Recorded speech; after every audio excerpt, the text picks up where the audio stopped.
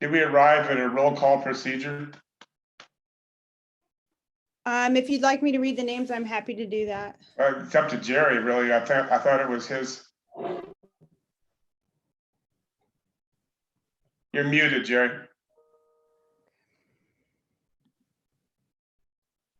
I think it's a good idea so everybody knows who is attending. Okay. So fair enough. Okay.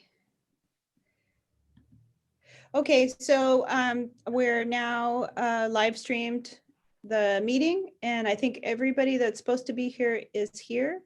So you could call us to order. Michael probably has a couple of housekeeping things, and then I can read the roll call if you'd like. Okay, then I'll call us to order at 5:04 p.m. And Michael, any additions or modifications to the agenda? President Everett, we have one. It's a walk-on, but it's an important one. It's a resolution to approve a grant application to the state of Oregon for COVID reimbursement for direct expenses. Fred will have that item. That's an action item? Yes. Okay. I just point out that this could be a long meeting with the agenda, so we'll want to move efficiently forward through the various meeting agenda items. And I just want to say thank you to Maria Diaz, who I could see her briefly and now I can't, but thank you, Maria, for you've only got 1.5 years more of taking commission meeting minutes. But thank you. I'm glad you're keeping track, Michael. He does mention it quite often, doesn't he? Yes. That's all from staff. Okay. And public comments, or do I roll call, Jenny? You just run through it. Okay, so we have from the commission, Hobie Strike, David Merriweather, Christy Chapman, John Everett, and Ben Shepherd. Legal counsel Jerry Jakes. From staff, Michael McElway, Fred Cowell, Ann Medenbach, Kevin Greenwood, and Genevieve Scholl. David says he can't hear anybody. You can't hear me either, David? Hold on one second. Tell him to join the internet audio. Let's see, I'll text him. Continuing with the roll call. Also from staff, Daryl Stafford. And then we have guests, Hal Heemstra, Summit Strategies, Kate Schrader from the Hood River County Chamber of Commerce, Amanda Deering, and Garth Aponitis. I hope I said the name right, Garth, from DKS. And I think that's everybody. Did I miss anyone? I think you got everybody. Okay. Okay, Commissioner Merriweather says he can't hear anything, so I'm going to troubleshoot that with him while you guys continue. Okay, is there any public comment? There was one email that was included in your packet. Michael, is there anybody? There's no one in the commission room at this time. No. Okay. And that's it. Then on to the consent agenda. Does anybody have any desire or need to move off the consent agenda for discussion, or can we just pass it? Chair Everett, I just have a quick question for Kevin. Kevin, do you have any concerns in regard to the price difference between Daniel and Brad? $1,000 a month and retainer fees are different. Do you have any concern about that?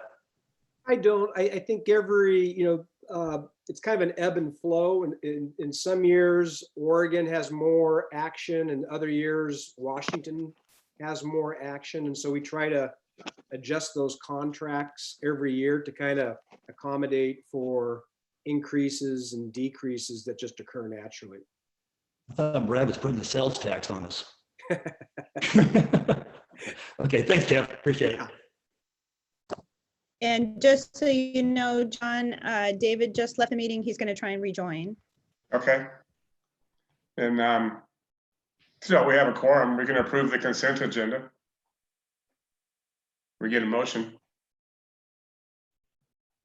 Chair Everett, I'll go ahead and make a motion. We approve the consent agenda as presented.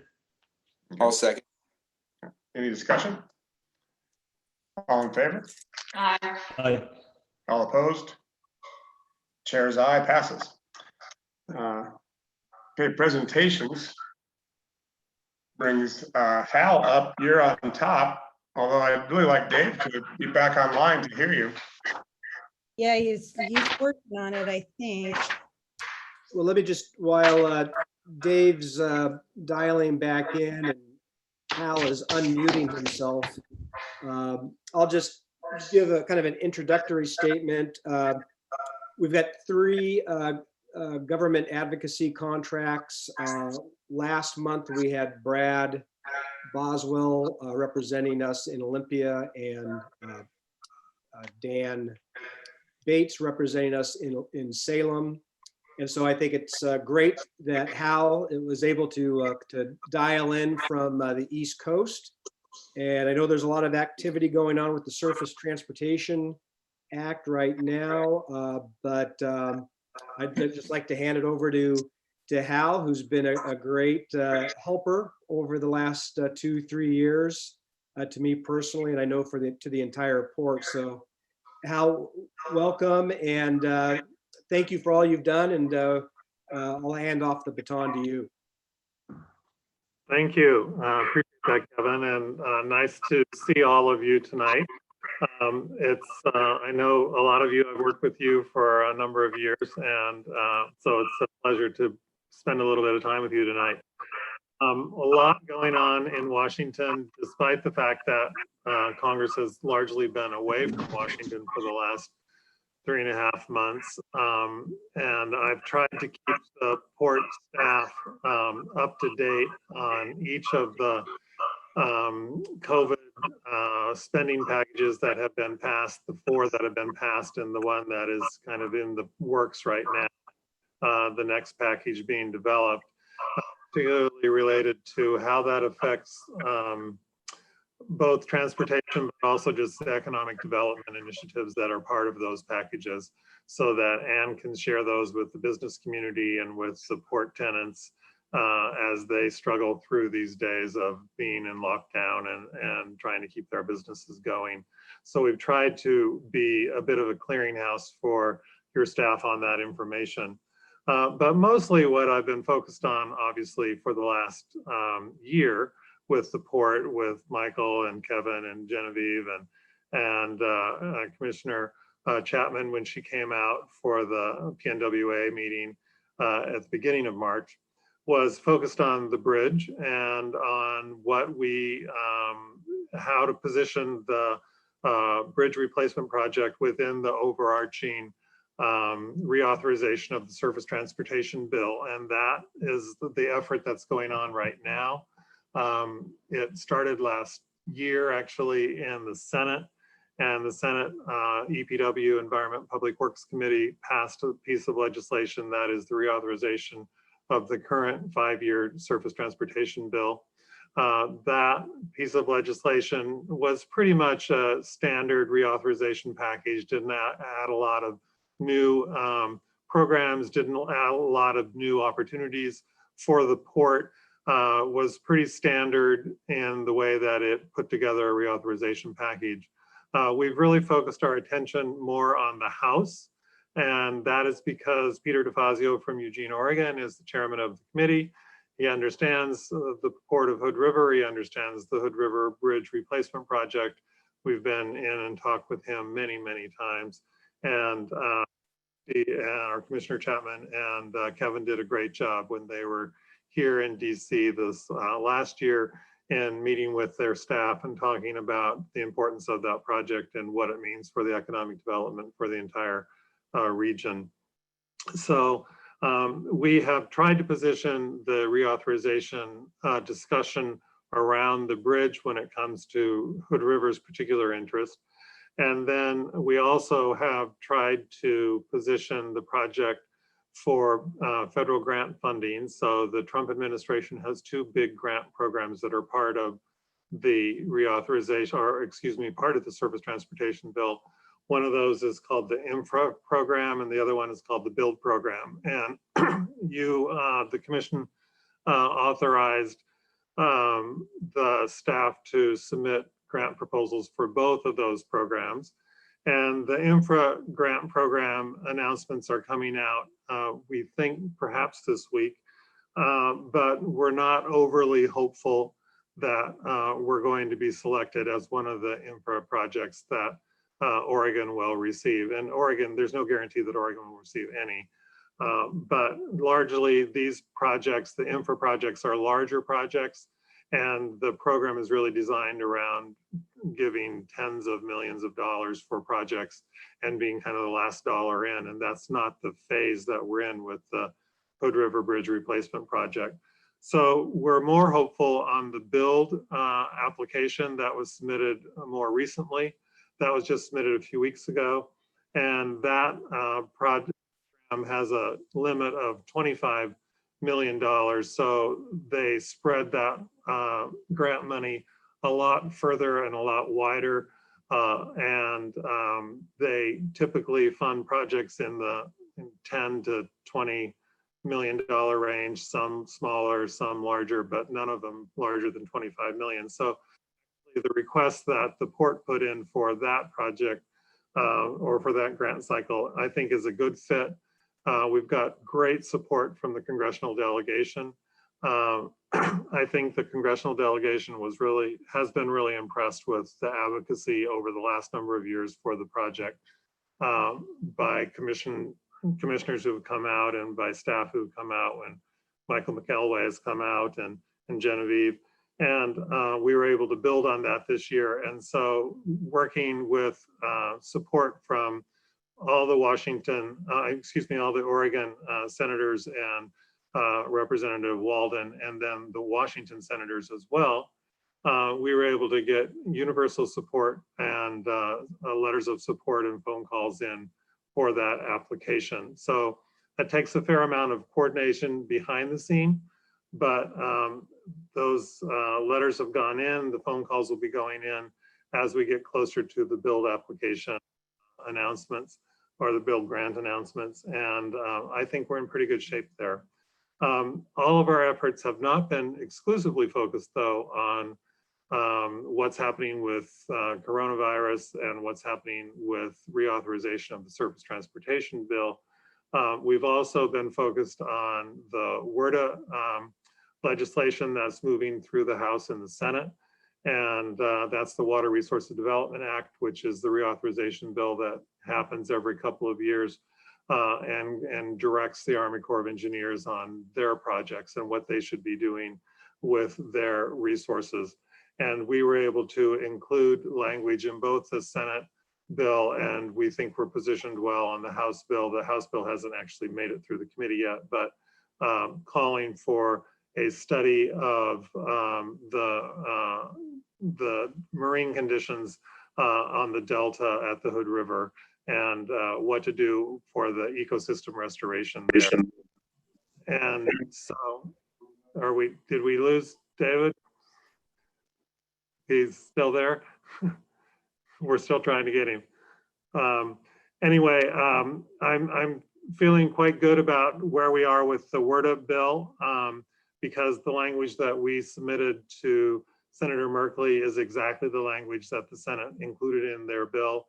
And we submitted that same language with Congressman Walden to the House committee, and they will mark up that bill probably in July, and I think we'll be in good shape there as well. So we've tried in the representation of the port, what I try to do is I try to serve as your ears and eyes kind of on a daily basis with what's going on in Congress. And, you know, lately, the last 3 months, the focus has largely been on coronavirus and the funding that that Congress has been putting out, and you know, the trillions of dollars and relief that they've been providing to the states and local communities, although most of that money has not gone down to the local level. And so we've been advocating for funds that get down to communities the size of Hood River, and advocating for funds to make up for lost revenue, for instance, on the toll revenue that you've lost with the the reduced traffic across the toll bridge. So those are the kinds of messages that we've been changing and making sure that the congressional staff of your Oregon delegation in particular, but also the Washington delegation, that they understand what your position is in response to the coronavirus lockdown, what kind of impact that's had on your bottom line, and why it's important to add additional resources into these next funding packages to try to make up for some of those losses. So that's a quick overview of what we're doing. I'm aware of Michael's comment that we need to be brief, so happy to answer any questions or answer or add in more detail on any of those issues that I've discussed. We can go from there. I will say one more thing. Tomorrow is the big markup of the House Transportation Bill. This is Peter DeFazio's reauthorization bill. He is proposing just under $500 billion for the next 5 years. That's a significant increase. It's about double what the surface transportation bill has been in the past. And that's very exciting because one of the places that he puts a lot of new revenue is in bridge funding and bridge maintenance across the country. But he also puts significant resources or calls for significant resources in a program called the Projects of Regional and National Significance, PNRS.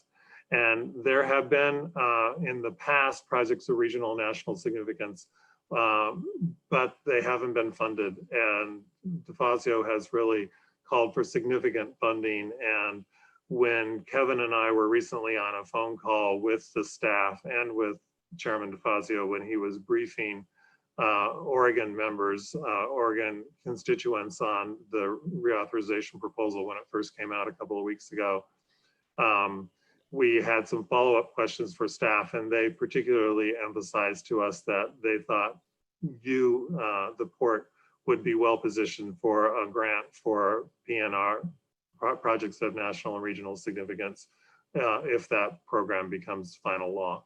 So that's a new funding source for us. What we've been really focused on up until now are these infra grants or build grants, but and maybe TIFIA loans. But now, if this program does become law, it'll be a significant new funding source, as well as the new funding sources for bridge replacement and bridge maintenance. And so those are two new targets that we'll be able to go after if the bill becomes law. Well done, Hal. Yeah. Well, thank you.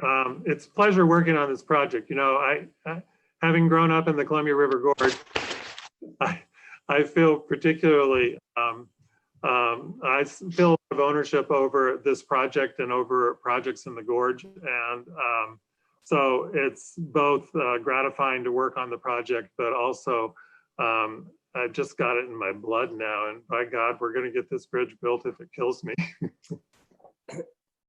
John, this is Kevin. Can I just make a quick comment? Hal, we've got a federal election happening this fall.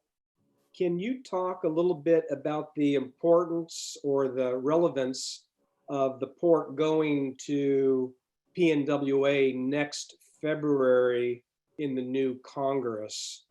And is it more important considering that we're going to have a new representative representing Hood River, and maybe just talk about the election and next year? Sure.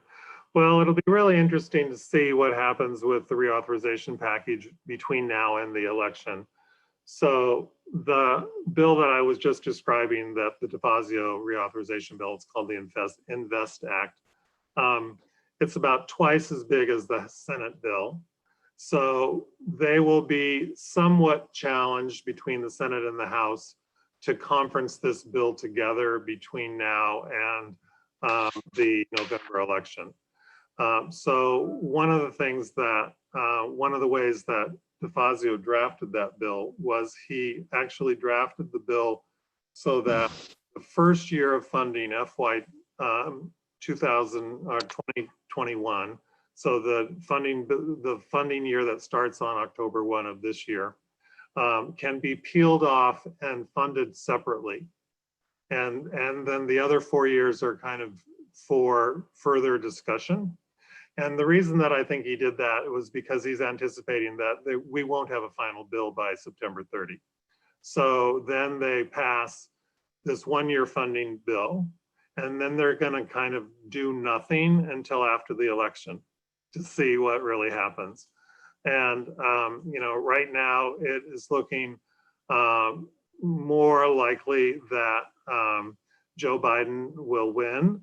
If that's the case, I would think that Peter DeFazio will not make a deal until next year. And we'll just get this 1-year extension, and then we'll come up with a final bill next year. If President Trump wins re-election, then I think we'll see a real effort to try to cut a deal between the election and the end of Congress right before Christmas. Either way, I think it's going to be really important for the port to continue to participate in PNWA and come out in February or March, whenever that meeting gets scheduled.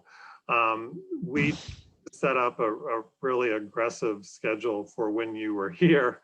And I think Commissioner Chapman and Kevin can describe the fact that they kind of got run ragged, because I think we had 12 or 13 different meetings between agency meetings and congressional meetings on Capitol Hill in addition to the PNWA meetings. But that's because we knew that we're in a reauthorization cycle, and we wanted to be able to have kind of the last word before they start really finalizing these bills.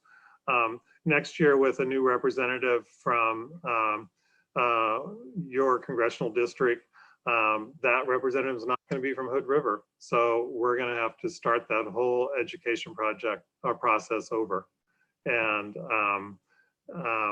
it does, you know, I don't know, the leading candidate on the Republican side appears like he's probably going to be elected. But I have no idea how familiar he is or unfamiliar he is with Hood River. And so it's an opportunity for us to really start that education process. And I think we'd want to start that even before you come out for PNWA, but we would want to use that as an opportunity to really drive home that message. Great, thank you.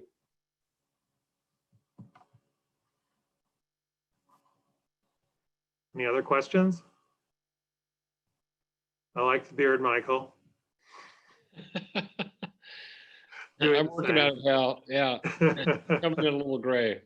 And Hal, you're certainly welcome to continue with our meeting if you'd like to see us in work. I think we'll move past you to Kate Schroeder. Wait, before you do, I have one really quick question. Sorry, I couldn't hit my unmute button. But Hal, first of all, it's nice to see you. I feel like it was a decade ago since I was out there. It's weird stuff. But do you feel that it would be prudent for us as a port to start sitting down with both of the candidates that are going to be running for a Walden seat, or all of the candidates that are running for a Walden seat? Should we start that education process now? I think that's a good idea. I mean, it's hard for me to imagine that the Democratic candidate's going to win that race. So I think you could focus on the Republican candidate. But, you know, in these days of kind of still lockdown, I think face-to-face meetings are probably pretty difficult to arrange. But, you know, setting up a Zoom meeting with the candidate and say, you know, this is a project that's, you know, we anticipate when you're a member of Congress, you're going to hear about, and we'd like to start the education process. I would be surprised if they wouldn't take you up on the meeting, just because they're trying to reach out to constituents or future constituents. And so you have an opportunity right now that I think would be time well spent. Good idea. Perfect, thanks. Nice to see you again. Good to see you. And John, just for the record, Commissioner Merriweather rejoined the meeting on his cell phone. David, could you let us know whether or not you're able to hear everyone? You'll have to unmute yourself. *6 unmutes a cell phone, doesn't it? I'm hoping he's not still having trouble, but. I'll unmute him. Okay, can you hear me now? There we go. Yeah. Okay, good. Okay. Okay. Yes, but I'm getting a lot of feedback though, unfortunately. Yeah, when you speak, there's a lot of Maybe it'll feedback clear comes up. through to us as well.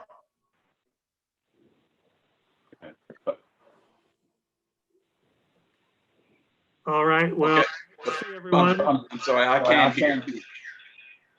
I can't hear you. Hi, Hal. Okay. All right. If no one else has any other questions, I think I will sign off. I appreciate the time and good seeing everyone. Yep, nice to see you, Al. Thanks, Al. All right, Yeah. bye-bye. Thanks for all your work. Sure, bye-bye.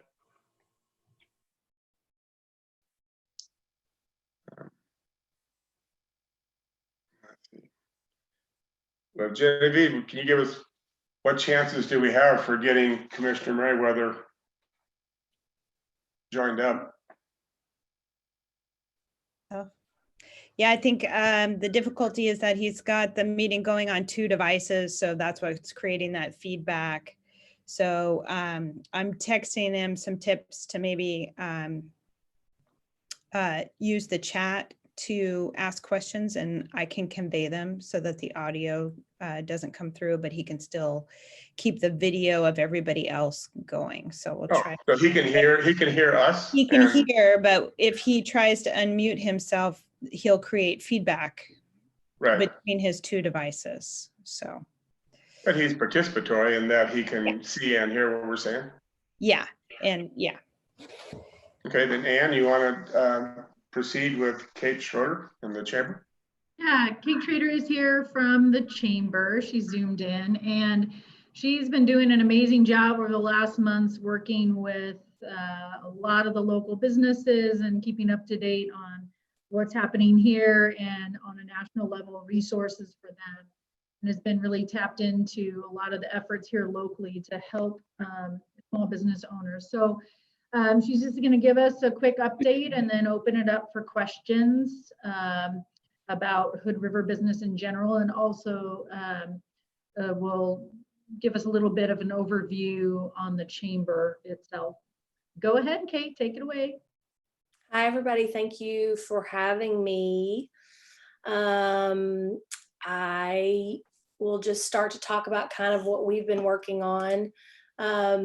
Here at the chamber, we kind of dove headfirst into COVID, like everyone else, but we had 400 members who were kind of in dire straits. And so what the chamber really focused on was just becoming the resource for the community on anything and everything that had to do with information. And as we all know, during this time, information is gold. And so we were really able to, really set ourselves up as being that resource for the community, which I think was much needed. The chamber went through a restructure last year. I became the executive director, and we really were able to focus on becoming the voice of business and really concentrating on that. And so COVID, the silver lining kind of for the chamber was that it gave us kind of audience. Everyone was home from work and needed information, so we became that resource. I think business right now is, I think most people received some sort of the PPP loan or the EIDL loan through the SBDC. And so they are starting to receive those funds and are able to kind of get back on track and starting to open. And now we're just navigating, what that's like in this new world that we're living in. I think when we entered phase 1, people took a couple weeks to kind of get their feet wet and figure out, what worked and what didn't. And, we seem to be, my thing is no news is good news. And I was hearing from hundreds of people every day for a long time. And now I'm hearing from very little. And so that's a good thing. It sounds like people are getting back on track, and just kind of navigating the new world that we live in. That's really the update that I have. We are continuing to have trainings. We have a training on the changes to the PPP loan with Dylan Morton from KeyBank and Greg Price from the Small Business Development Center from the college on Friday from 1 to 2:30.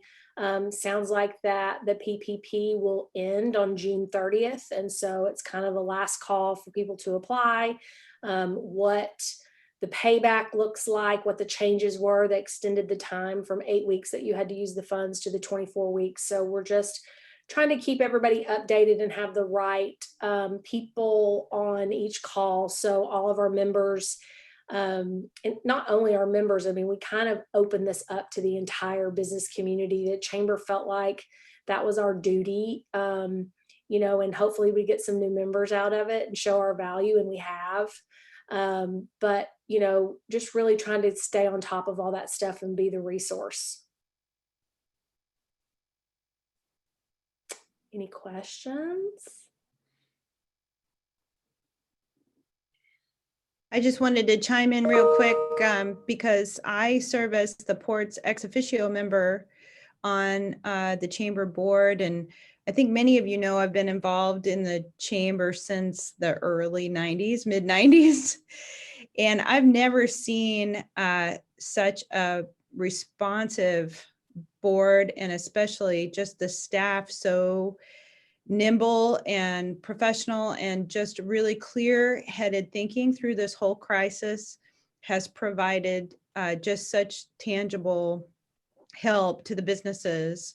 And also, you know, even within the lockdown, just the ability to disseminate really important information, life or death information to our visitors. And so I just wanted to commend Kate and Ashley for their work. They have been riding a hurricane for a year and a half now. And I think it's been remarkable, the level of service you've provided. Thank you. Really amazing. We appreciate it. Thank you so much. Kate, this is Michael. This is kind of a hard question to ask, so I'm not sure how to ask it, but just when you look across the landscape of small businesses in Hood River or focus on the downtown, I'm really worried that some of these businesses, despite the help from the federal government, are in such dire straits that they're not going to make it. Do you have a sense of, generally speaking, of the potential for businesses, especially say in the restaurant industry or recreation, that won't survive this? Are you hearing from businesses that are simply not able to continue? I haven't, no, and I'm surprised by that, honestly. I really think that this funding really helped. There was a lot of nervous, I talked to a lot of people, a lot of days that were just waiting on the funding to kick in. And so, you know, with the EIDL loan, I mean, the maximum of that loan is about $150,000. And so you really could get quite a lot of money from that one loan.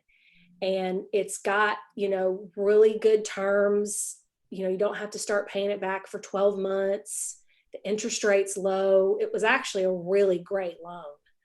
So, and it sounds like everybody that applied for it got it.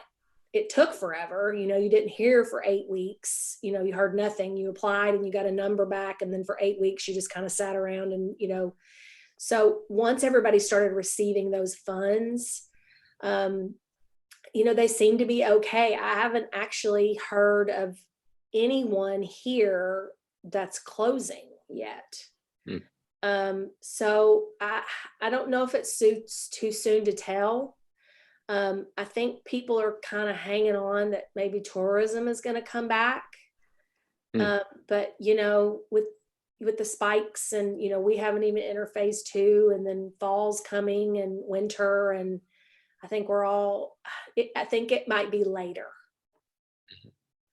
I think for now people are okay, but there's still hope that maybe that tourism will come back this summer and help them.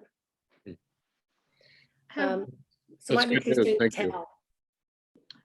Kate, if I could answer, this is Ann, if I could have her answer one more or ask one more question too. Have you heard from businesses about employees and, you know, now that we're, you know, moving towards phase 2 and some employees are coming back? Have you heard, are people bringing back employees, or are they waiting, or are they seeing problems with employees coming back? How's that going? Have you heard anything from that front? I mean, there was so much talk a few weeks ago about employers really feeling bad, you know, trying to make their employees come back because they actually made more money on unemployment.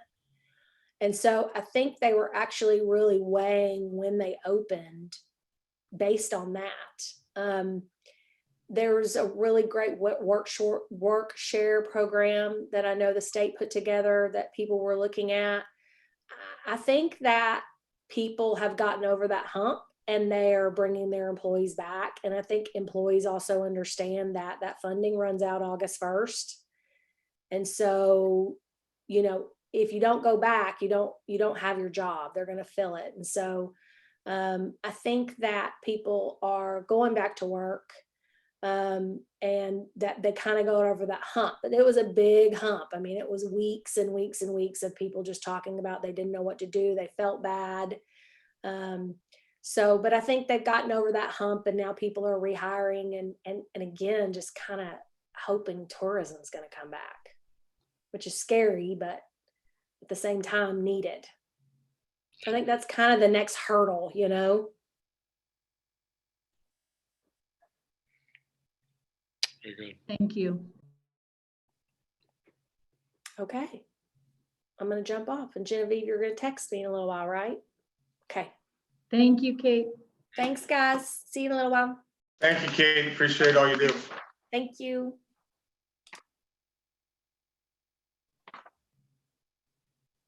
Okay, Michael, you want to lead the waterfront traffic study report? Sure. This is not much of an introduction needed, but of course, this is the final report from DKS, and you have in your packet the slides that were prepared, and you'll see again.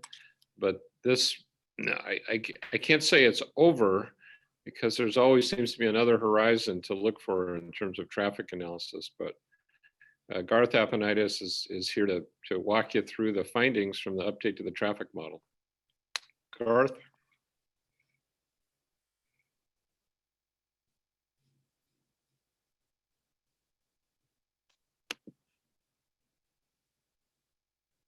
Do we have Garth? Just one moment, Garth, I'll start the presentation. Thank you. Just to confirm, can everyone hear me now? Yes. All right. Yep. Apparently I had the double mute going on. Well, good evening, everyone. Thanks for the introduction, Michael. So tonight I'm going to kind of pick up from where we left off a couple months ago. I'll give a kind of a quick recap of what we talked about last time. But really what we're going to be covering tonight is some of the different development scenarios we took a look at, and understanding the potential future implications that those will have for some of the roadway improvements that were identified in the interchange area management plan. You can go to the next slide, please, Genevieve. Okay. I think I can. Can everybody see the presentation okay? Yep, okay.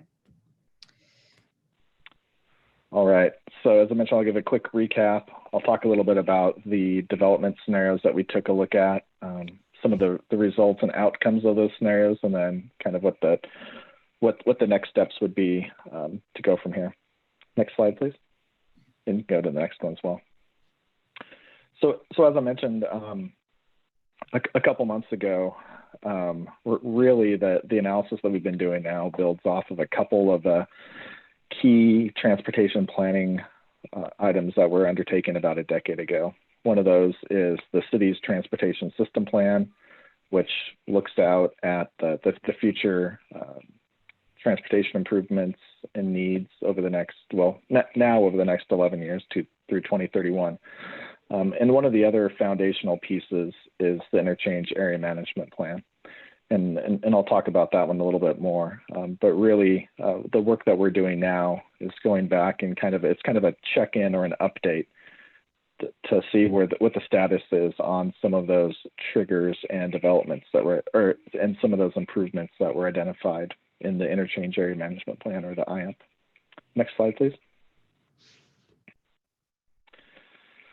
So one of the key outcomes of the IAMP is that it identifies 5 locations with future transportation improvements. And with those, as this is one of the tables that appears in that report, along with those 5 locations, there's an approximate summary of when those were deemed likely to occur. On the more near term was Second Street and Oak Street. It's putting a new traffic signal at that location. And that was, at the time this analysis was done about 10 years ago, that was deemed to be the most near term improvement. Looking further out towards the end of that planning horizon, Second Street and Riverside was seen as being one of the needs that was a little bit further out. But the other 3 locations, which happen to be at the interchange ramps, I-84 on 2nd Street, as well as Oregon 35 and State Street. Those are also on the list, but for the purposes of today's conversation, I'm not going to focus on those too much. And the key reason for those is 2nd Street, 2nd and Oak, and 2nd and Riverside are really the locations that the triggers are most directly tied to what's going on in the waterfront area. So trips coming in and out of the waterfront, everyone's going to hit 2nd and Riverside. I mean, that's the one way in, one way out. And then 2nd and Oak, that trigger movement that was identified in the IAMP is also directly related to it. Some of the triggers on the interchange ramps, while they're very close to the waterfront, those triggers in particular are related to movements that don't directly necessarily access the waterfront area. So someone that's heading westbound that decides to turn towards downtown, well, that's the trigger in the IAMP, but that's not associated with waterfront development. So again, those other 3 locations, we're really not going to focus on those. Next slide, please. So kind of a overall recap of the work that we were doing. This is really a check-in to find out, what's the status of those triggers, how the development that's occurred over the last decade, how close are those triggers to being met. When we presented to you in April, we kind of gave an initial recap of some of the work that we were doing. We collected some traffic counts back in February. This was all pre-COVID, so at the time, that analysis was intended to be kind of a preliminary nature, just to get an initial sense of where things were. February isn't the ideal time for traffic counts. It's not really the typical recreational season, but for purposes of a preliminary analysis, it's something to work off of. So with the new data, we went ahead and updated the traffic models for the waterfront area as well, accounting for additional land use and some of the growth plans for that area. And then last time we also talked about a few different development scenarios, and so we used some of the feedback from that presentation to take a look at a few of these scenarios. Next slide, please. You can go to the next one as well. So I'm going to run through kind of a high-level overview of what these 3 scenarios were that we considered. I think as we talked about last time, there's a lot of different details and nuances to what different development scenarios could look like. We just picked 3 based off of some of the ideas that came up, some of the prior planning work that's been done. We also did some additional sensitivity testing and some additional scenarios that I'll talk about also after we cover the initial 3 scenarios. And so just to kind of frame that up, I'll present some of the assumptions we had with each of those scenarios, but that there might be some details or some questions about, the magnitude or some of the uses that we assumed, and I'd be happy to talk more about those. But I think for a lot of what we found, some of those more detailed questions probably won't be that relevant to the outcome of the findings. So the three scenarios that we took a look at, they're listed there. There's the hotel and the Barman property, looking at lot 1 development, and then taking a look at the maritime building site. Next slide, please. So looking at the hotel down on the Barman property, again, this is all in the context of 2 trigger locations that we're really focused on for the IAMP. So one of those being 2nd and Riverside, which is obviously directly adjacent to the site. We looked at a hotel that had about 85 rooms. It would be pretty similar in size and activity to the existing Hampton Inn that's located just to the southeast. One of the key things thinking about a potential hotel use for the purposes of the IAMP triggers is that it would result in both inbound and outbound trips in the evening peak. And so it would be, the inbound trips are something that would potentially affect Riverside and 2nd. Outbound trips would potentially affect 2nd and Oak. So just a little context there. Next slide, please. On lot 1, there was some prior planning work that was done by Walker Macy about 5 years ago. We took a look at option A and then assumed about 50% of that development. As I'll get into later, we took a look at a slightly different variation of it actually being at 100% as well. The site would be primarily industrial or office trips, and so being more of an employee basis, this would create more outbound trips in the evening peak. And so, they're not as likely to, while it's adjacent to 2nd and Riverside, it's not high inbound trips. Would actually be less impactful there. Next slide, please. And then lastly, the maritime site. This looked at option 2 from the 2018 site development plan. It was focused on office trips, and similar to the industrial trips, anything that's employment based is typically going to be outbound trips in the evening peak as people finish up their workday and head home. Next slide, please. And so just at a very high level, just in the context of magnitude of traffic and number of trips for each of these land uses were each put into the Hood River model that we used to test and analyze some of these things. Both lot 1 and the maritime site would have about 75 to 80 trips in the PM peak, which would be a little bit more than the 50 trips that a hotel would have. And again, there's lots of nuances and site specifics that could impact the actual number of trips that a site generates, but these are just based on some general averages. But before I go on, are there any general questions on just some of the type of scenarios that we were looking at? Yeah, Garth, so you said you took some actual traffic counts in February? Yes.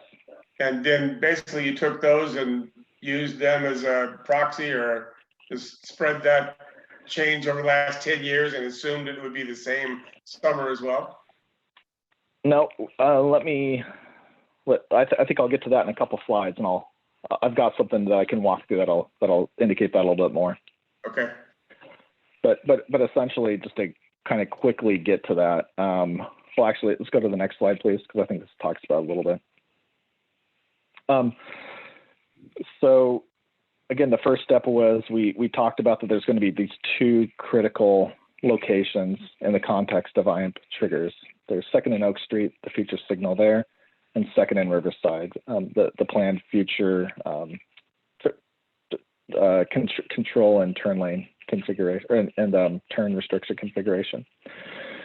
So when we thought about the context of these triggers and understanding when they would be met, there's a few different components that go into that, which I think gets back to John's question. So first of all, we took some traffic counts in February of 2020.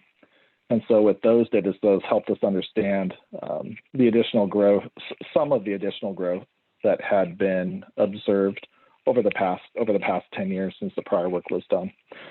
What it did not include, obviously, is additional trips that would be due to recreation and additional activity that you might see in a typical year in May or June or July. And so that's a component that we're aware of. And based off of some of the prior work that was done, we attempted to make some assumptions and adjust and account for that additional seasonal increment as well. So, and we'll show that in some of the results as well. So we've attempted to account for that. That's based on assumptions. It's not perfect. And I'll be the first to admit that.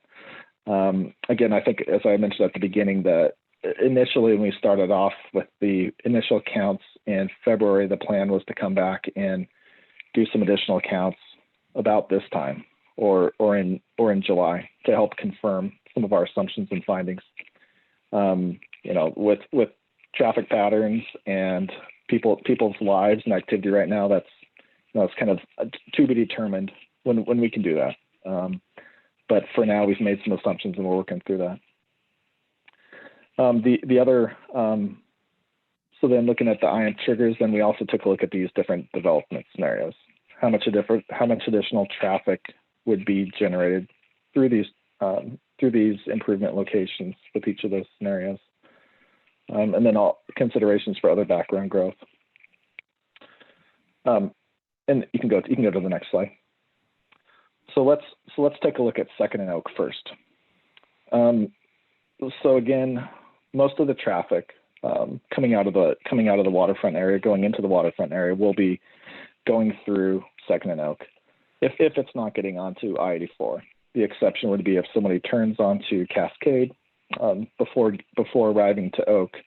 But still, as prior counts that were collected several years ago, and the model shows that it appears that Second and Oak is still heavily utilized. The graphic over on the right, Second and Oak, the trigger for that is 600 vehicles in the southbound direction. And looking at the count that we collected in February 2020, and I should point out, actually, at Second and Oak, we actually did not count directly at this location, but this was based off of estimated activity. We collected some counts up at the interchange, and then we factored up some of the other previous data that we had. But for the purposes here, I just want to caveat that, but we're calling it a February 2020 estimation. But that number puts us right in the 550, 560 trip threshold. So as you can see by that, I was going to test my paint colors. That tealish palette, over on the far left, or under any of those, that teal bar is about 550. We're estimating that there's about another 40 or so recreational trips that, if we were to count this now in, again, a non-COVID time, a typical June, we'd probably be up to the top of that dark blue bar. So even before thinking about any future development, we know that we're getting close to this trigger based on the assumptions and the data that we have to work with. Hey, Garth, this is Commissioner Strike. The trigger threshold, 600 VPH, is that set by the state of Oregon, ODOT, or is that a random number? No, so that is specific to the prior work that was done as part of the interchange area management plan, and so that's a trigger that is unique and specific to this site and that prior work. What I'll get to is, there'll be some additional coordination that's needed, clarification with ODOT, and determination of next steps. But I just want to point out that 600 threshold is not based on any kind of specific statewide standard or broader standard. It's very specific to this site. And part of the reason that that trigger was identified is that's when it was identified that the additional signal would be needed to help clear the southbound vehicle queue and keep it away from the interchange area.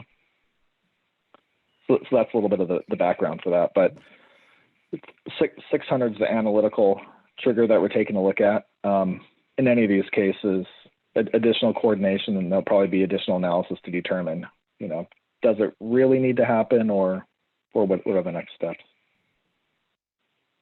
Does that help with your question?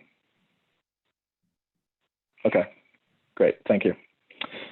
So across as you look at the 3 different bars, those are the 3 different scenarios. Taking a look at a hotel, lot 1, 50% development, and the maritime site. So again, for all 3 of those, the teal and the blue, that doesn't change. It's the estimated February count, and then the additional increment that we're estimating would be for the recreational trips. With the additional development trips, that's where it gets a little bit different. That golden bar for each of those. There are some, very, very small differences, but what you can see in each of those cases, it's hovering right around the bar. And maybe just in the case of the hotel site, it looks like it's just under. In the case of lot 1 and maritime site, it looks like it's just over. But I'd say in all cases, it's definitely within the margin of error or the range of uncertainty, given the number of assumptions that we've had kind of going into this analysis. So the general finding is each of the scenarios here could trigger that. And, based off of the analysis we've done, there is no 100% certainty that I could offer about what ODOT's decisions would be based off of these findings. It'd probably require additional coordination and possibly some additional analysis. I'd say that that 600 vehicle, back to that 600 vehicle trigger question. What would typically most likely happen is if that trigger is met, then there would be some additional traffic analysis just to confirm, because that trigger is for a very simple one number, one direction. If other traffic flows at the intersection have changed or altered to the point that 600 is no longer significant, that could be the case. But offhand, we can't determine that. Any additional questions on this one with the next steps, and I'll kind of recap at the end as well.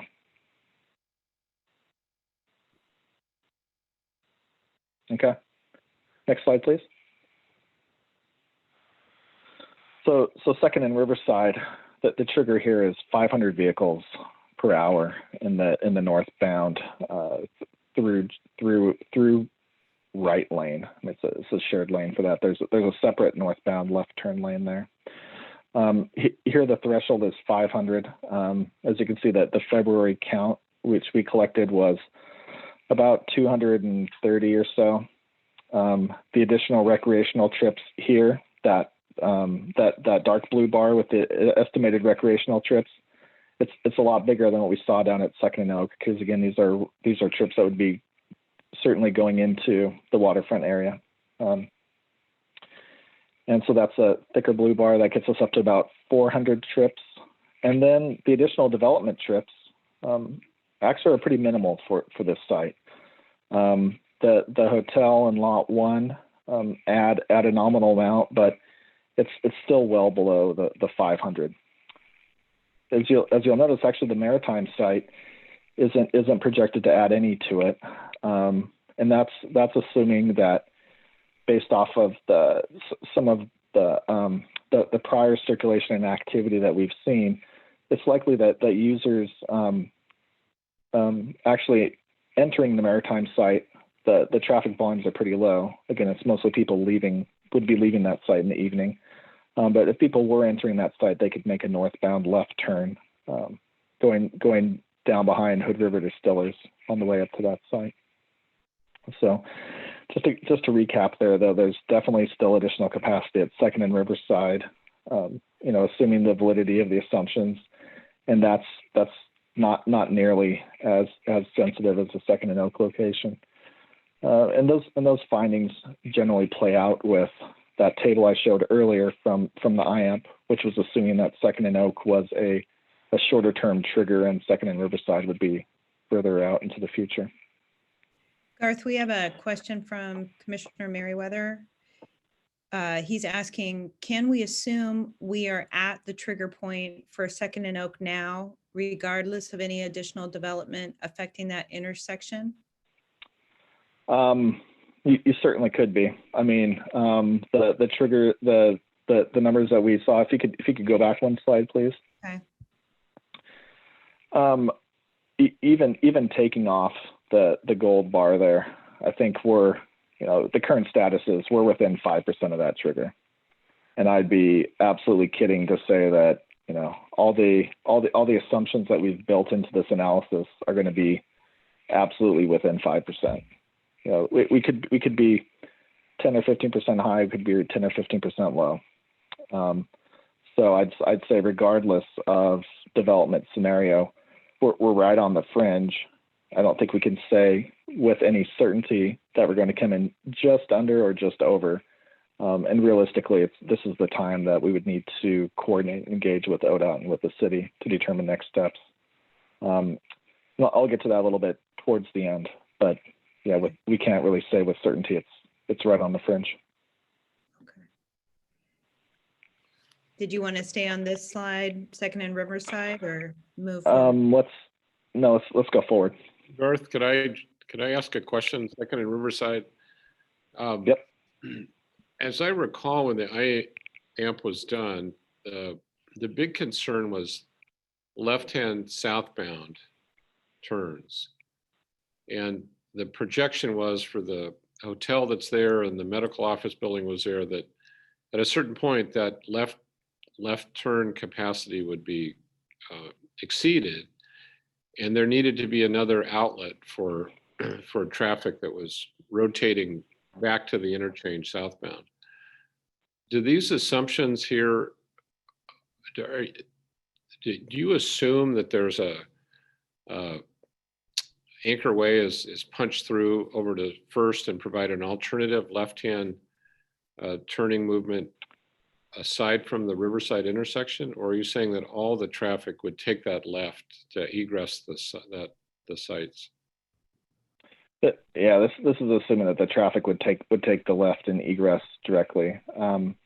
Anchor Way could be in there. It's not really going to matter in the terms of the trigger though, because the trigger at this location is based on the northbound through and right. So it'd be traffic going into the site rather than traffic leaving the site. I just say that's remarkable because there was so much focus on that. And overall, the idea was that, hey, get ready. At some point, we're going to have to go to right in, right out for the whole exit 63 waterfront. Yeah. I'm just surprised that it's so much less. Yeah. Well, and part of it is also that right now with that intersection being an always stop control. So right now, northbound traffic has to stop as they're going north. As there's more activity going northbound, it's going to take people longer and longer to stop and to go, as stop signs work. And eventually you'll have enough delay as you get closer to those 500 vehicles that queue in the northbound direction is going to get longer and longer. Uh-huh. And so one of the things that ODOT really doesn't want to see is when those queues start extending back to the interchange area. And so the plan in the future was that location would go to a two-way stop control. So northbound and southbound would no longer have to stop. But in order to support that, it would limit the left turns out from Riverside Drive. That would be a right in, right out only configuration. Thanks, that helps a lot. Okay. If you can go to the next slide, please, Genevieve. So on this one, as I mentioned, at Second and Riverside, we had some initial assumptions about these scenarios and what growth magnitudes looked like. We talked about 50% development on lot 1. We talked about a hotel room with 85, or a hotel site with 85 rooms. We talked about the development of the Maritimes, or the redevelopment of the Maritime site. So what we wanted to take a look at too is just, well, what happens if there's more development in lot 1? What happens if there's lot 1 and a hotel? And so we ran a few sensitivity tests, and so that's what's shown over here on the right. And the spoiler is, it looks like there's still capacity at this location. It looks like Second and Riverside in the near term, even under these various development scenarios, is not likely to be triggered and need additional improvement. And so again, we took a look at a few of these. We took a look at 100% of lot 1. So we looked at 100% of lot 1 plus the hotel site, and then adding the Maritime site on top of it. So again, it appears that those triggers, that each of those scenarios would still come in under the trigger. And so, for next steps, or for the purposes of Second and Riverside, this one, we've done some initial preliminary analysis at it, looking at it. It doesn't appear that it's going to be a critical location in the short term. It doesn't mean to completely forget about it and to lose sight of it. At some point in the future, maybe development changes and maybe there's even a greater opportunity for a future site. But at least in the immediate needs, the focus would be over at Second and Oak rather than Second and Riverside. Next slide, please. All right, so I've got one more slide after this one too for the findings, but just kind of a quick recap on everything. So, stepping back, this was some preliminary analysis that was conducted to update prior work that was done. I think to provide more certainty, it would be great if we could have representative peak season traffic counts that didn't have so many adjustments and footnotes kind of built into them. But those assumptions are what they are for the current time being. So there's the two IAMP improvements that we talked about that are directly impacted by development in the waterfront area. Second and Oak looks like it's right on the fringe of being triggered. And if you would have gone out there a year ago today and taken traffic counts, it could be that it's over that trigger. It could also be that it's under it, but we just don't really know with certainty. We just know it's on the fringe. Second and Riverside looks like there's some additional time. It probably doesn't need to be a significant focus at this time, but just not to lose sight of it. Next slide, please. So where do we go from here? So this isn't necessarily in the order of next steps, because right now it's hard to put a timeline and certainty on many things out there. But these are some future steps that could be done to continue the momentum on this work. So at some point in time, and again, it's hard to say when, collecting traffic counts that are representative of recreational activity. As someone mentioned earlier, it could be, fingers crossed, recreational activity could go bounce back up this summer, but we just don't know. So that would be one thing, to collect representative counts when possible. On that note, with COVID and data and traffic counts, I've certainly been seeing over the last few months that in a lot of cases where agencies have their standard procedures for data collection, looking at traffic counts to support or to address development concerns, there's been a lot more flexibility and leeway over the last few months as people kind of understand the situation and the uncertainty of not wanting some formal traditional traffic count practice to hold up decisions. But the next major step would be to coordinate with ODOT and the city as well, to determine to confirm and determine the trigger status and the next steps at those locations. Second and Oak being the most pressing. That coordination could result in several different things. It could be to clarify some of the assumptions that were made. Maybe it's to do an additional sensitivity test or analysis based on a different set of assumptions. There could be a variety of things, but it's too much to speculate until that coordination occurs. Garth, Commissioner Strike. Garth, yes. Commissioner Strike, a quick question. Who is our point of contact with the city of Hood River? Because since 2011, since IAP has gone away, who's our point of contact?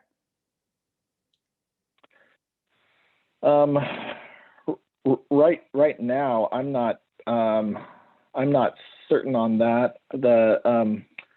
The gentleman's name's escaping me now, but I know that some of my other colleagues have been talking to them about future update needs to the transportation system plan. Okay, and also, Garth, in regard to the three scenarios you have here, the Barman property is pretty specific. It's a hotel. It has a number of rooms. But lot one in the Maritime, was that based off of zoning, or what was that based off of? Lot one was based off of some planning work that Walker Macy did back in 2015 or 2016, I believe. There were a few different scenarios for urban form that were done there, and so we took a look at one of those. We looked at both the 50% build as well as the 100% build. The Maritime building, I'm trying to remember, there was also some prior work that was done there. It might have been back in, checking my notes here, that might have been back in 2018. And I believe that looked at more office trips. Yeah, so there was a 2018 Maritime site development plan. Okay. Garth, real quick, we need to know, I think we need to know a hard number for the vehicle trip count. And as a developer, i.e. the port or even a private sector developer, if he's going to do his due diligence, he's going to need to know that number so he can get the best ROI per square foot of development. And are the thresholds, the 600 and the 500, are those good numbers that he can rely on, or the developer can rely on, or we can rely on as a port for development? Are those good numbers?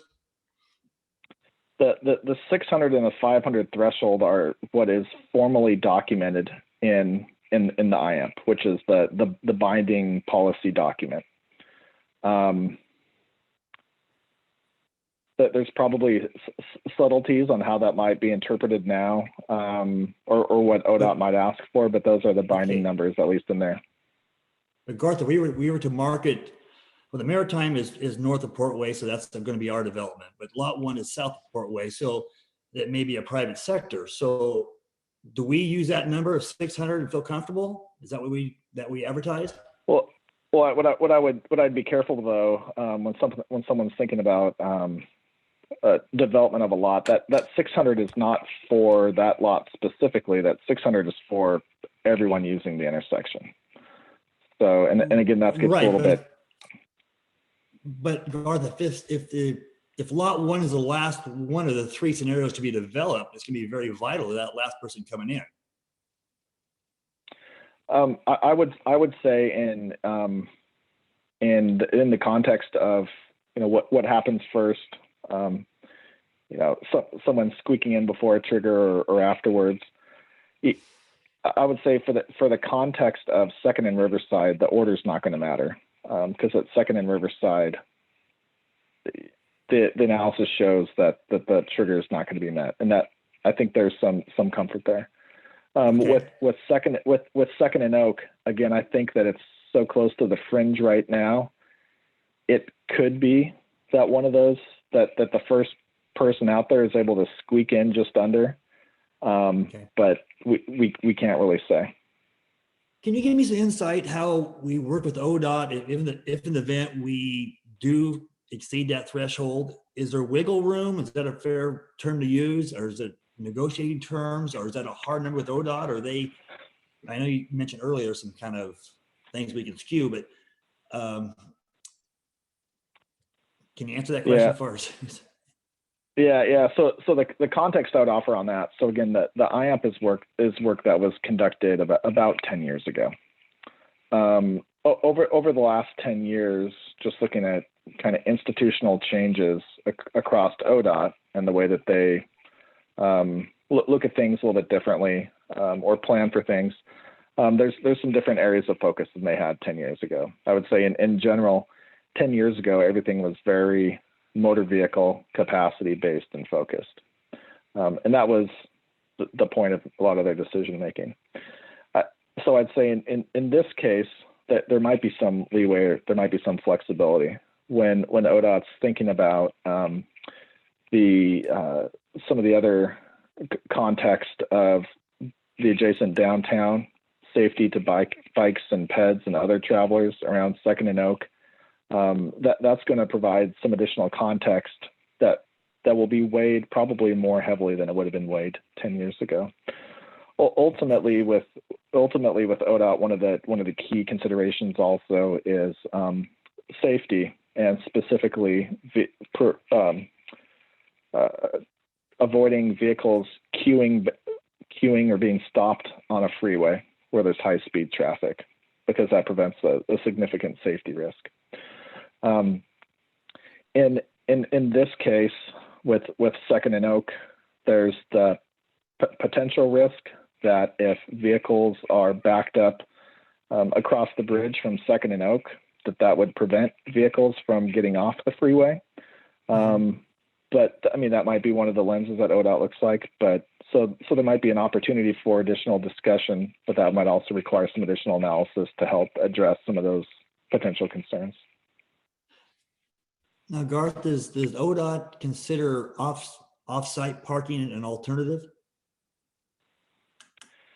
ODOT, yeah. So through ODOT's transportation options and travel demand management programs, there's different opportunities and strategies that, and there's also state programs as well that look at opportunities for reducing vehicular travel to sites. And so that there could be, I mean, I can't say with certainty, but there could certainly be opportunities for talking about options for promoting travel to the waterfront area by other means than, singular passenger vehicles. Okay. There's options for shuttle services and other things. So I'd say it's, I can't speak for ODOT specifically, but I think that there's some potential there. Okay, thanks, Garth. Sure. Garth? Sorry, go ahead. Oh, I just had a quick question, Garth. On the Maritime building, it said that you were using the assumption of office trips. Did you do that because that would be a higher uptick of traffic assumption versus warehouse or park? Or how did the office trips numbers, how did that scenario get decided upon? And so I can't speak to the full prior site planning. Michael might be able to provide some more context there, but we just wanted to look at one scenario. I think for any of the scenarios with the Maritime building or additional magnitudes of use of the Maritime building, it's probably not likely to change the findings significantly. If you have a use with more trips coming in rather than leaving, so maybe it's not an employment basis where people are leaving the office in the evening, but maybe you have something that has more customers coming inbound rather than going outbound. There's going to be some subtleties versus if people continue up Second all the way to Port Way, or if they hang a left and turn onto Riverside and then go back behind HRD and go up that way too. So if there's any specific scenarios, we could do some additional sensitivity testing, but for the most part, that shouldn't have a significant change for that location. And again, part of that is, I think, based on some of the additional sensitivity testing that we did, looking at all three sites. So looking at the Maritime plus the hotel plus 100% of lot one. It's still not likely to hit the trigger at Second and Riverside. So that doesn't change anything there. Looking back at Second and Oak, again, that one's so close, even without any development, it's impossible to say either way. So I don't think it would significantly change the findings by assuming different uses at the Maritime site. We had a clarifying question from Commissioner Merriweather. He's asking, is Oak part of the historic highway and therefore an ODOT roadway?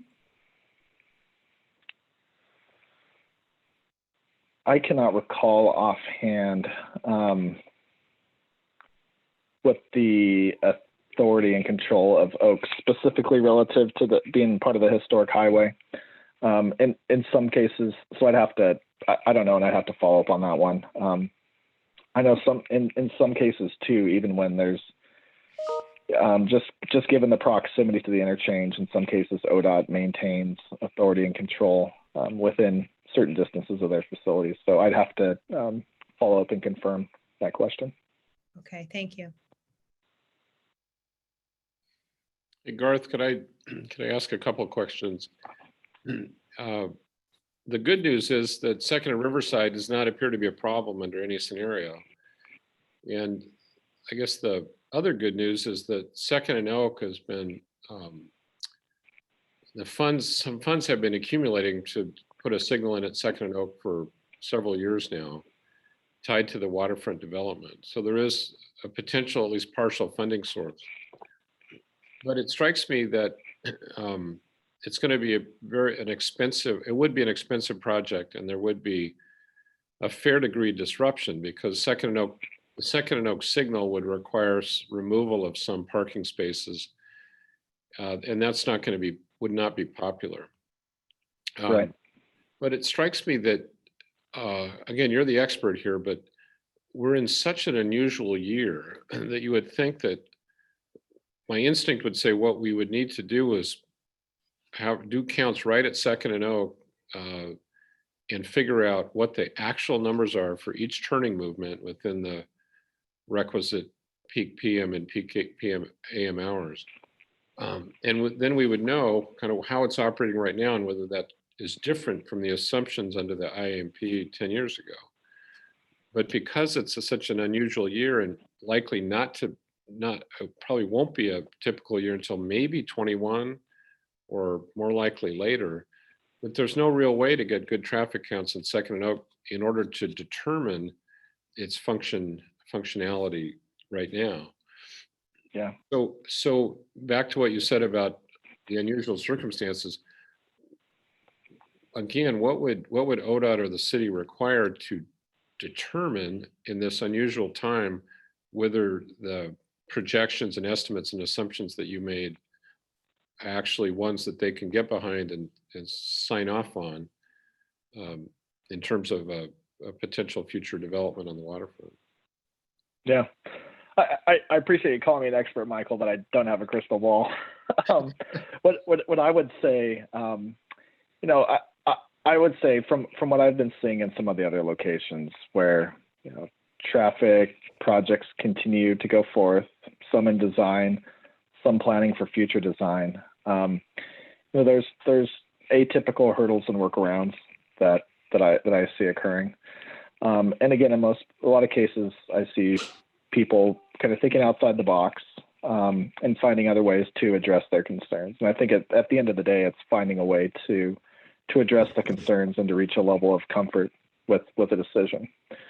In this particular case,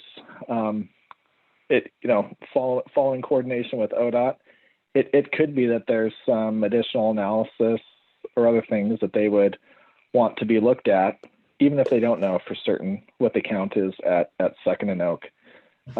Maybe there's a question about potential to disrupt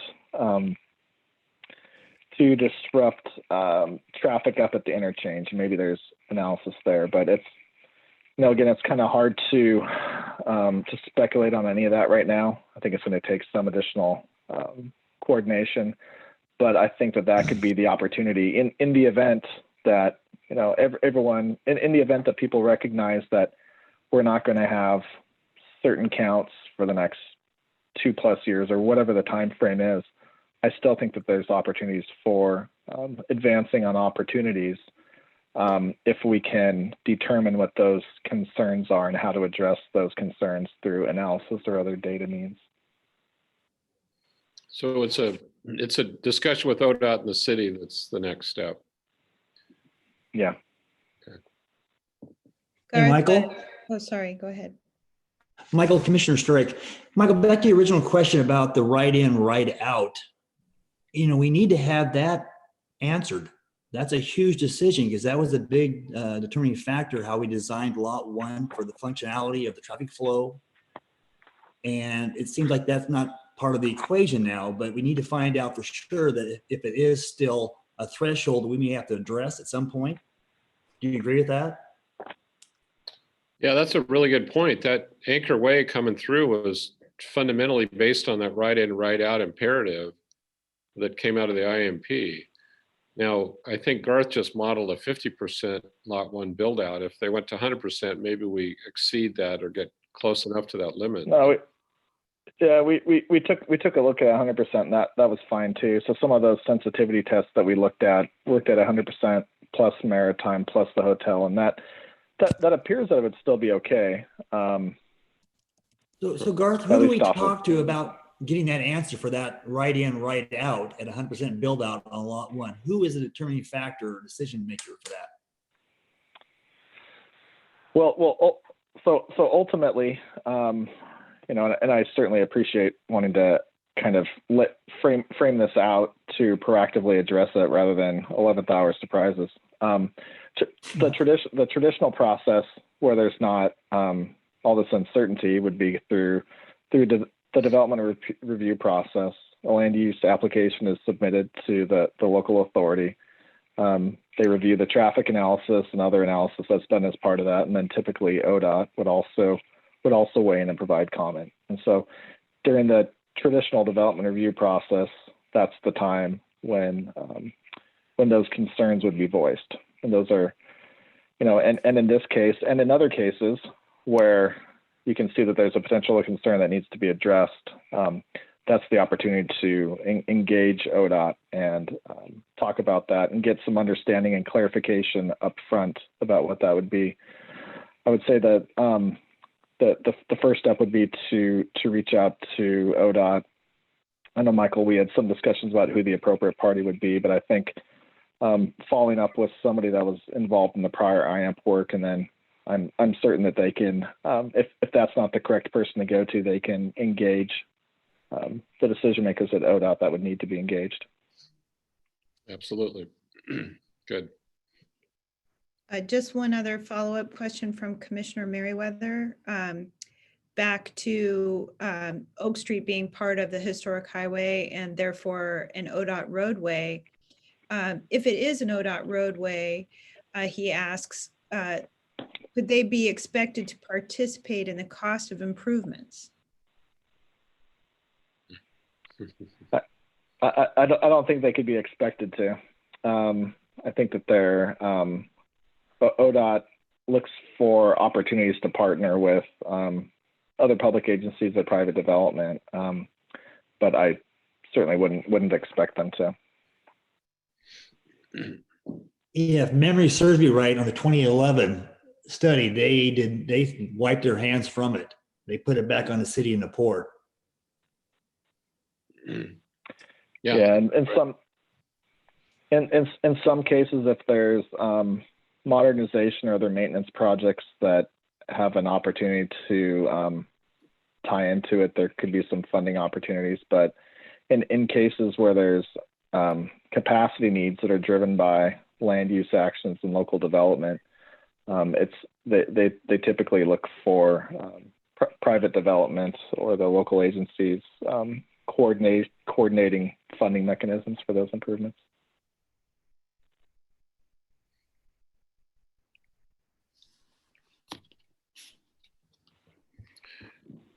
Well, let me just say, Garth, this is terrific work. We've been looking for this kind of answer or these answers for a long time, and they're not altogether complete. There's more work to do, but this is in my mind, this is a great step forward for our understanding of what our strategy is going forward.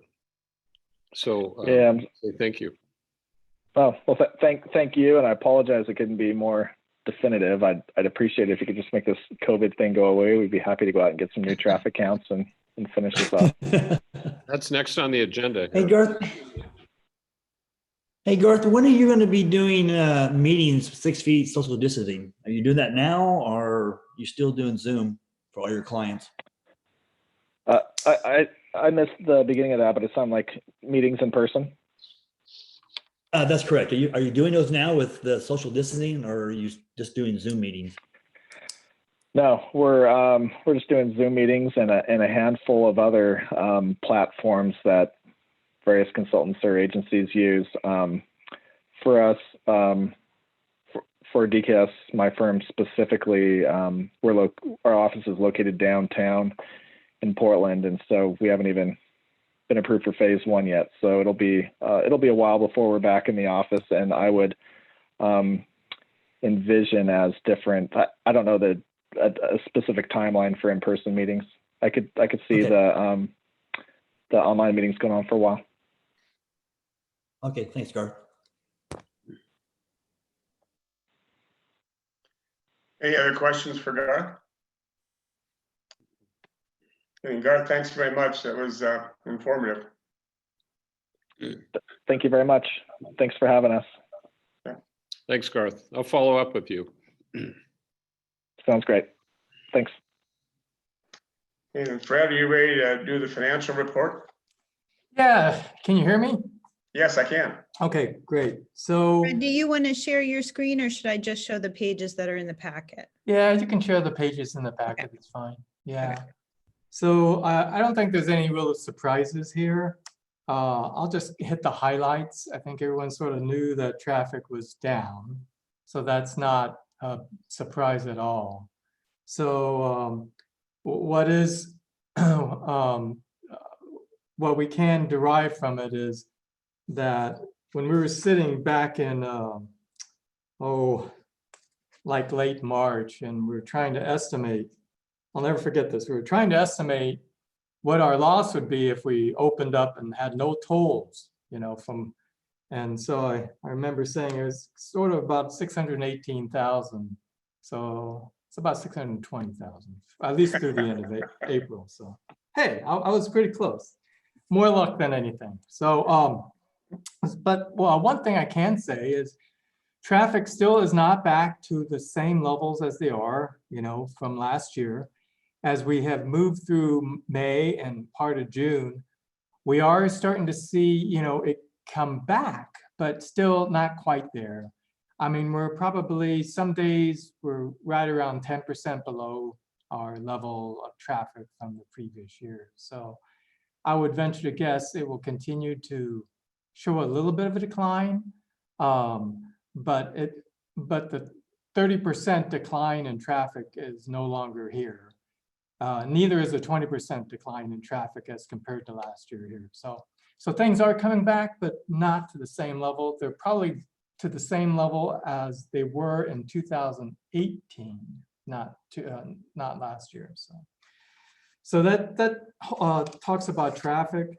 As far as expenditures, we'll go to the expenditure report, Genevieve. We're 83% of the way through our budget as of the end of April. And really, there's only a few items there, and they're really over on the materials and services side that poke their head out. There's specifically certain buildings, and we knew about this earlier, and it's always been dealt with, has always been related to utilities, and some of it is some maintenance as well. But on the utilities, we get reimbursed for that. So you'll see on the revenue side that we're high on utilities as well. So those specific asset centers are the Halyard building, the Marina office building, and the port office building. Maintenance is a little high as well, and that's just due to a lot of activity that occurred, coming into the coronavirus. I'll go on to revenue. If you can turn the other page, Genevieve. So this is where we started to hit, you know, the wall. I mean, so naturally the bridge not having any revenue or, you know, very small amount of revenue is 67%, where it should have been closer to 83%. So the saving grace is, you know, our other category, and that other is really related to what we bill Port of Cascade Locks. That's actually a little bit higher than what we had budgeted. So that has come through. And then the rest of the industrial properties are tracking fairly well. They're, you know, as well as anyone that, you know, there are some revenues that are being deferred, particularly, you know, could be the Halyard building and really more the Marina office building. And I think you can see where some of that is impacted, at least on some of the Marina office building through April 30th. A lot of this deferred revenue started occurring for May and June. So that's why some of those numbers haven't really hit yet. And as we talk about the other areas that are going to get hit a little bit will be the event site, Hook and Spit, because, you know, with regard to opening up the event site, that was sort of somewhat phased or delayed a little bit. We didn't hit it like we normally do with the kind of messaging and getting people out there. So that one will end the year being down compared to budget. The rest of it looks good with regard to revenues. Nothing surprising, actually. And then the last sheet is how we compare operating revenues to, that's the next page. Yeah, there you go, Jim. Thanks for doing that. The next page is really operating revenues against your operating expenses. We have a net cash flow of about $1.3 million actual through the end of April. And then for budget, it's, you know, we're tracking well as against our budget. So no surprises. You will see later on, we're doing a budget transfer. That is normal to do a budget transfer, and basically things have changed. A lot of people have asked, why do one? Well, the reason why is it's good fiscal policy to do that, and it also can show your lenders that you're stepping in. They do actually look at that to see whether or not you adjust your budgets, do a budget transfer, or you do a supplemental budget, see how you do to true things up during the year. So any questions? I'm open.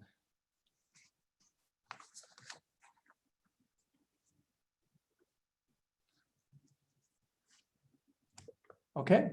Okay. All right. Thanks, guys. We're going to talk again later with the actual transfers, right? Yes. Okay. All right, Kevin, on the bridge replacement update. All right.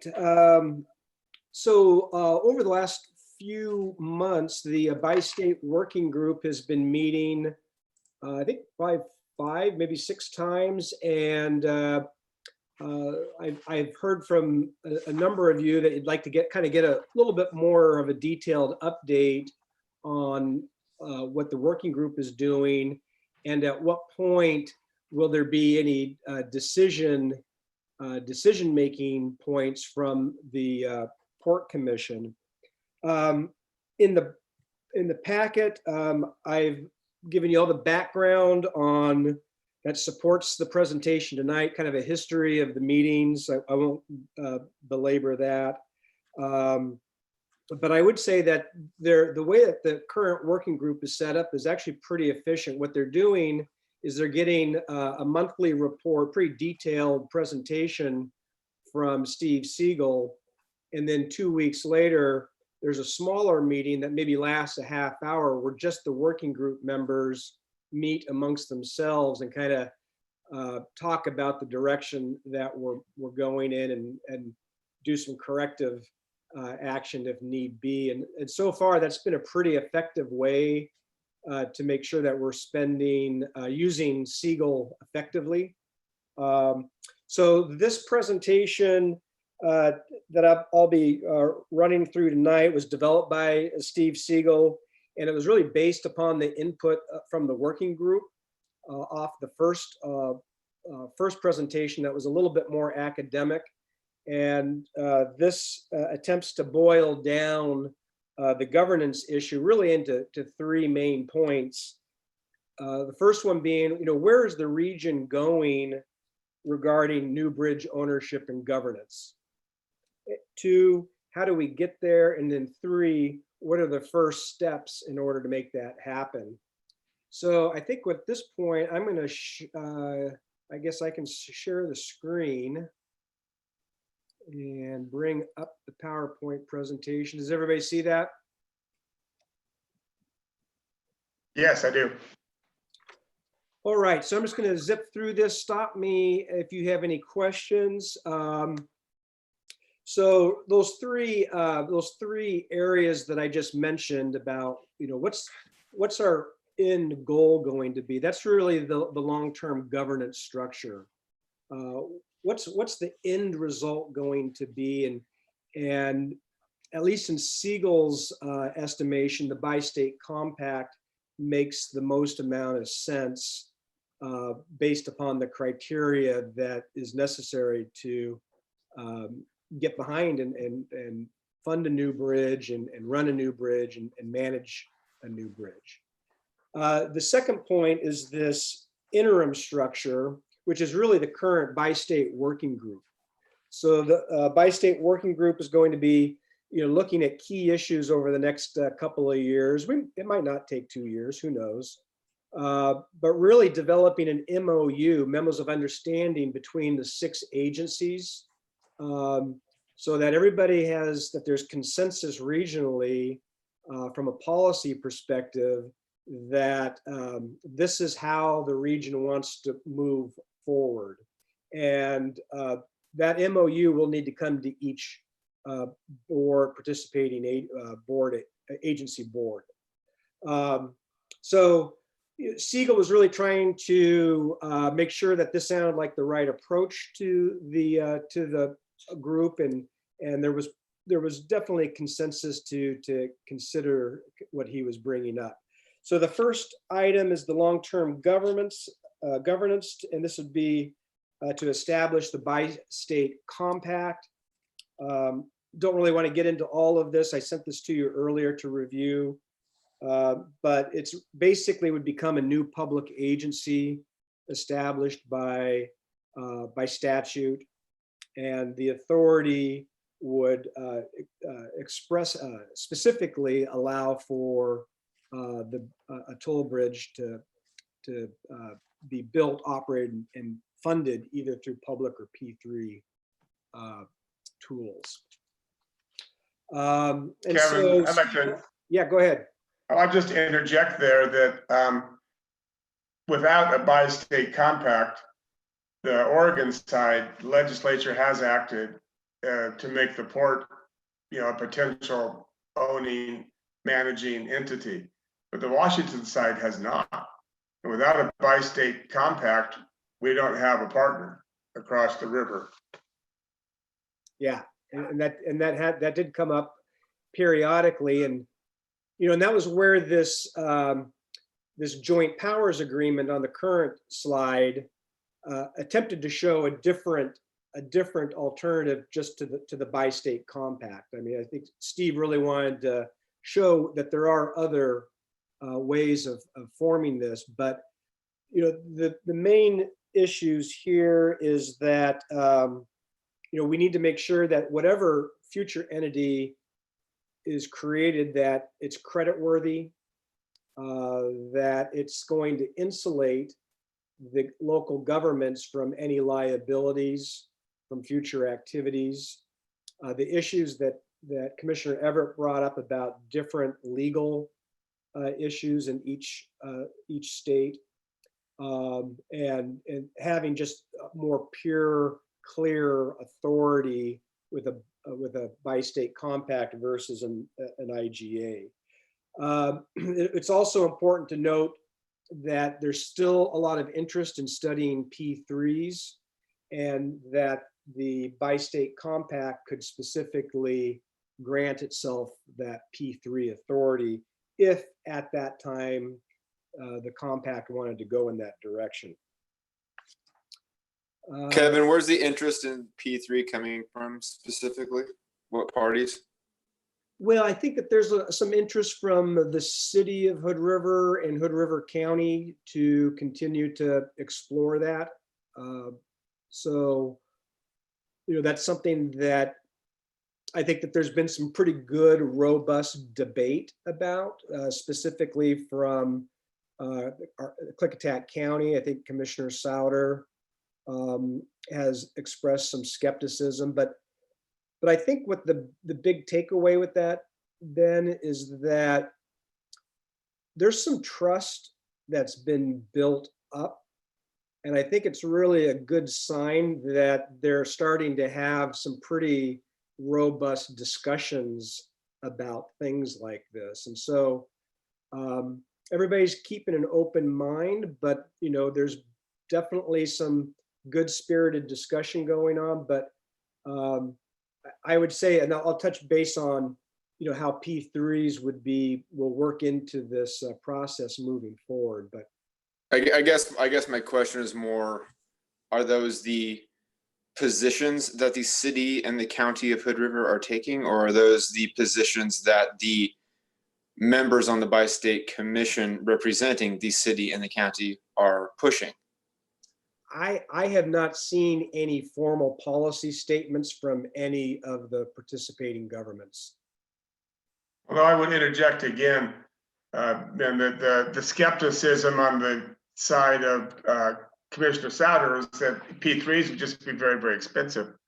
Skepticism on the side of city and county, at least the ones sitting at the table, are low confidence in public financing. So that's kind of the crux of the discussion. Yeah.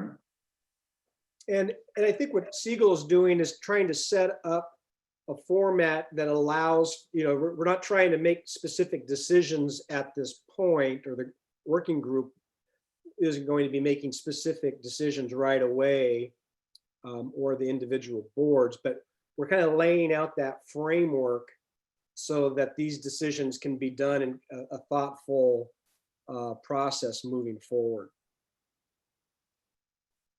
So continuing on, as far as this is a list of the various criteria that need to be discussed. These are basically the building blocks of a charter or the principal act of the compact. Discussing these elements will all be part of the working group work plan.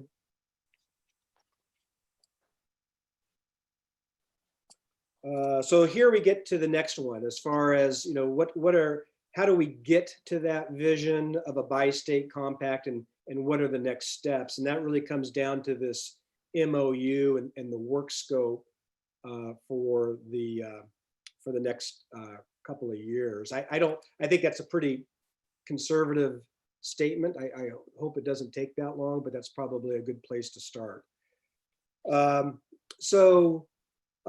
Really, it's going to be about trying to get consensus over these key issues. A lot of these bullet points that you see, you've probably seen in various other formats. These are all studies that are included in our $5 million grant with ODOT. And so really, what I would call the non-NEPA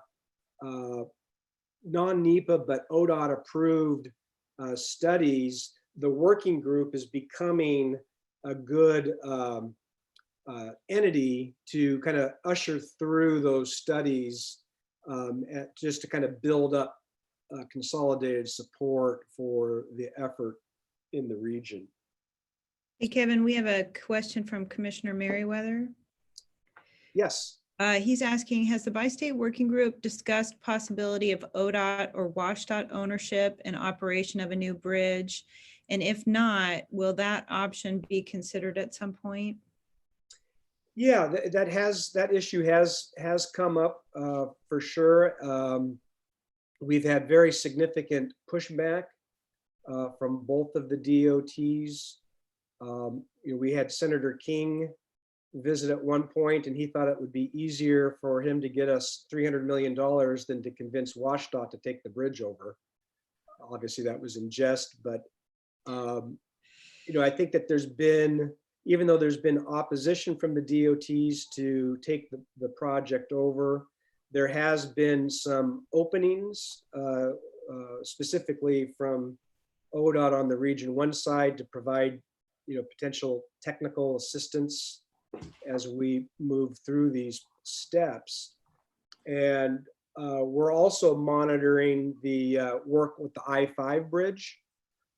As we've talked about in the past, there is a reference to a bi-state bridge authority in that legislation for the I-5 bridge. And though very little is known about what that actually means, that is something that that we're monitoring. What I would just finish off by saying, Commissioner Merriweather, is just that I think that what the region really needs to do is take a pretty thorough and professional look at all of these things, so that as the bi-state compact becomes more and more real, and as the project stops being considered a concept and starts actually being a project, we would want to be in a position to where it might make sense because of funding reasons for the DOTs to step in. But I think it's very, very early to make, to say that that's what the plan is. I think the region really needs to look into itself and make sure it's doing a very thorough, transparent, and professional push to try to get this thing up and running. Yeah, that's well said, Kevin. So continuing on here, those are the consensus items that they would in essence be in the work plan. The MOU would basically lay out the working group charter, would establish bylaws, procedures. This is really kind of formalizing the working group. Once this work has been workshopped by the working group over the next few months, once there's agreement amongst the group, then MOUs would go out to the 6 agencies, and then those would be formally adopted for participation by the individual agencies into the working group. And one other item too, a question did come up about, well, right now, my time, really it's the $5 million ODOT project is what's facilitating this working group activity. And so, my time and these other studies, these non-NEPA studies, are funded through the end of 2021.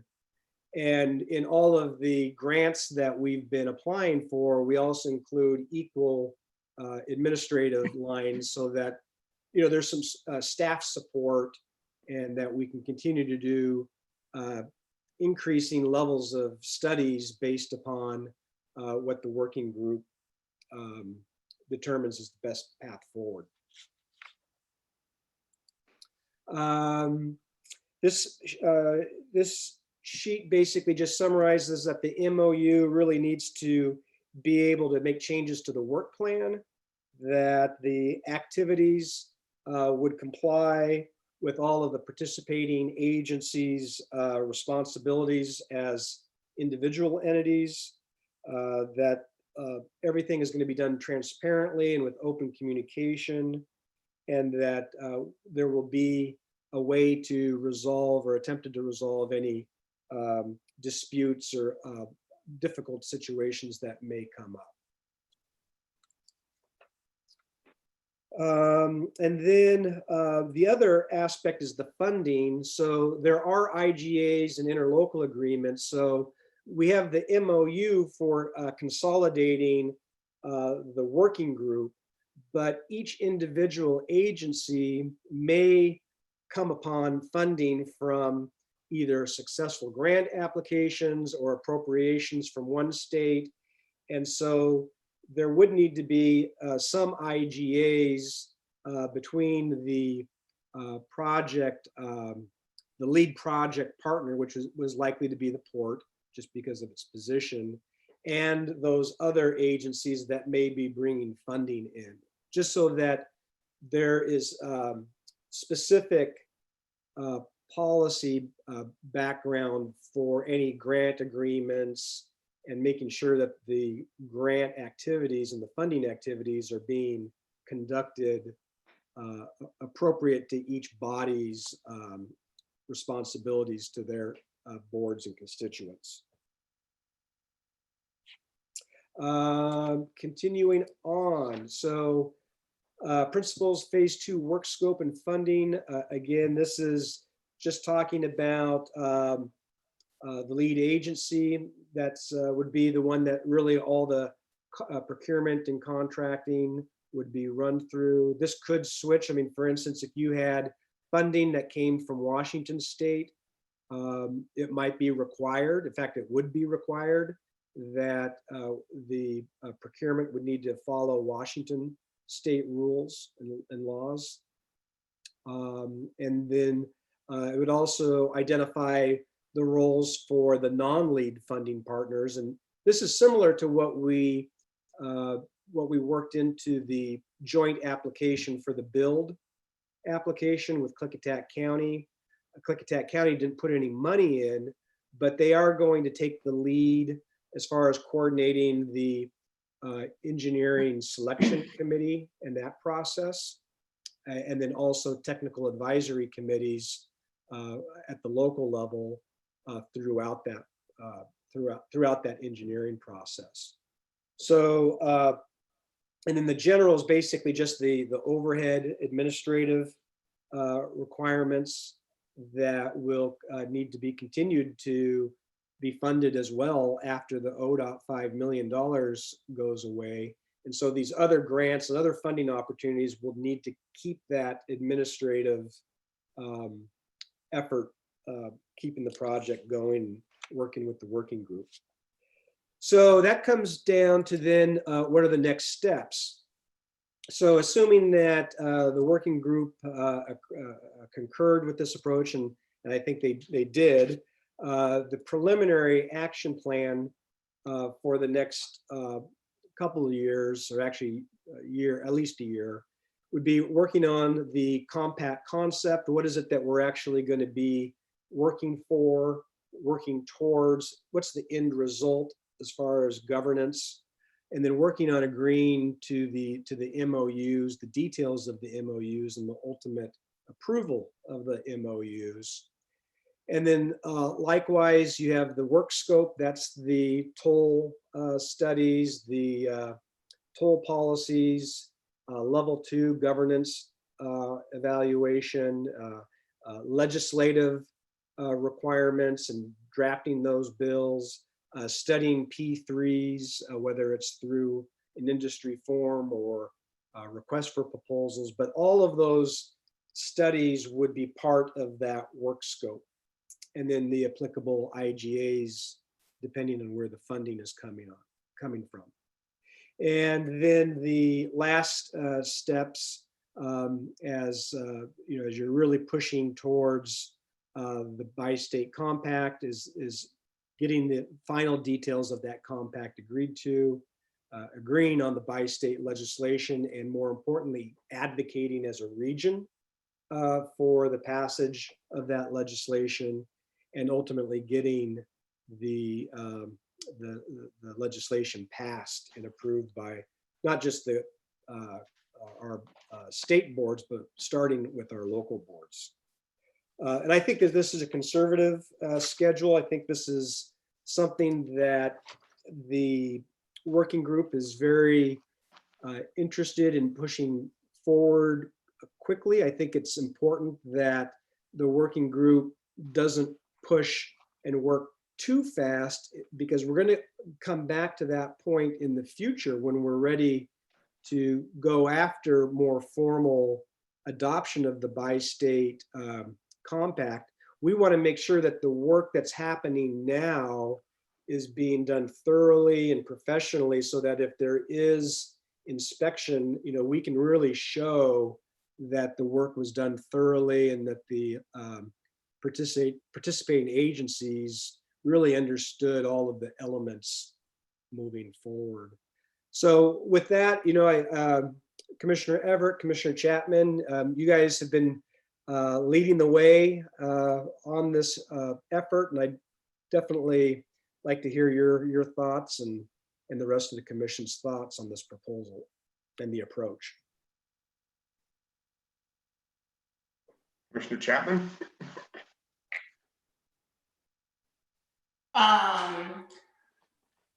Yes, I think that you've encompassed a lot of information of our working group, and I think that to benefit all of our constituents, we have to explore all different possibilities and to make sure that whatever this entity is that's set up, we have the ability to pursue all of these opportunities. I know that the Washington Sun is very hesitant about prioritizing a P3 because its impact on tolls and trying to keep toll revenues down. But I also think that we have to understand what the makeup would need to be in case we wanted to go that route. So I think it's good to explore all the avenues. And yeah, I just really like the open discussion and the good communication that everyone's doing. It's very respectful, so I like that. Anything else? No, I agree with all of that. I would just add that the 21 features prominently in that schedule because that's a long session for both state legislatures. And we really feel like we need to be ready to make an ask by the 21 legislative season.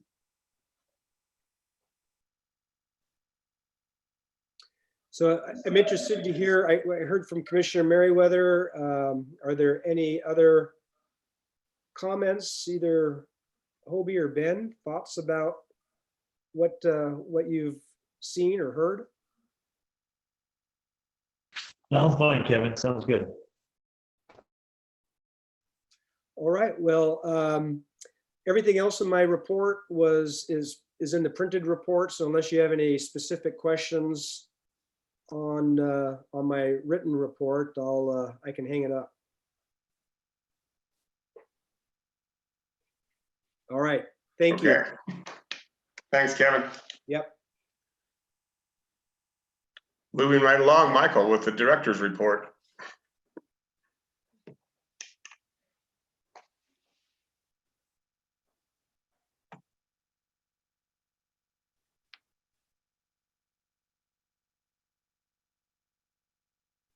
Michael, did we lose you? I think he needs to unmute. Thank you. I want to highlight a few things in my report. There's a little bit of a feedback needed in this first part. Typically, the commission only has one meeting in July. Middle of the month is July 14th, Tuesday. And the question is, does that work for commissioners? And are you okay with not having two meetings in July? I know that's probably going to be difficult, but does July 14th work for you all?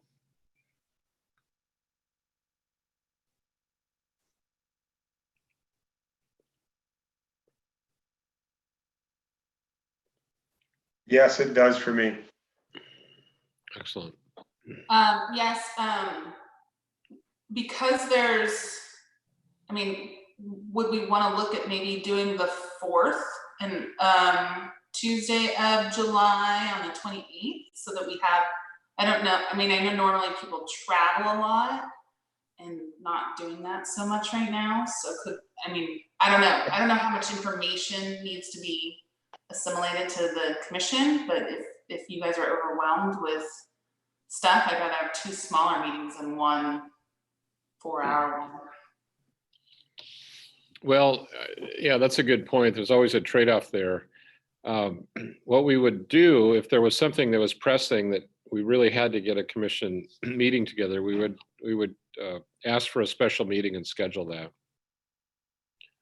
So I think looking ahead, at least staff feels comfortable that we can have a manageable meeting on July 14th and just stick to one meeting. There would be a 3-week pause before the next meeting, and I think 3 weeks after that. So it does limit the amount of time, but we think it will work. I don't, Yeah. I'll be at a cross event with one of my sons, but just watching. There's no reason I can't be there via phone, but I won't be there via video. But I should have no problem being there via phone. Okay, excellent. Yeah, I'm fine, Michael. Great, thank you, Commissioner Strike. Genevieve, can you contact Commissioner Merriweather?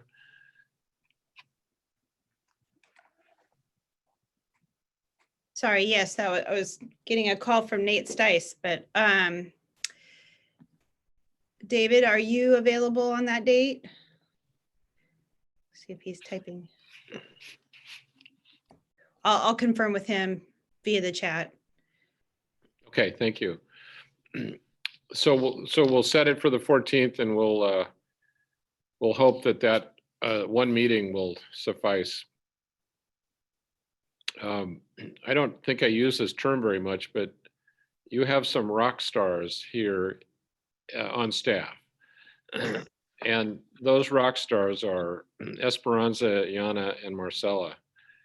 They're doing an amazing volume of work right now. It's truly tremendous. And frequently they're 12-hour days and they're coming in on weekends. And it's all because of the AET processing. So if you ever get a chance to say hello or thank you to them, I'd ask you to do that.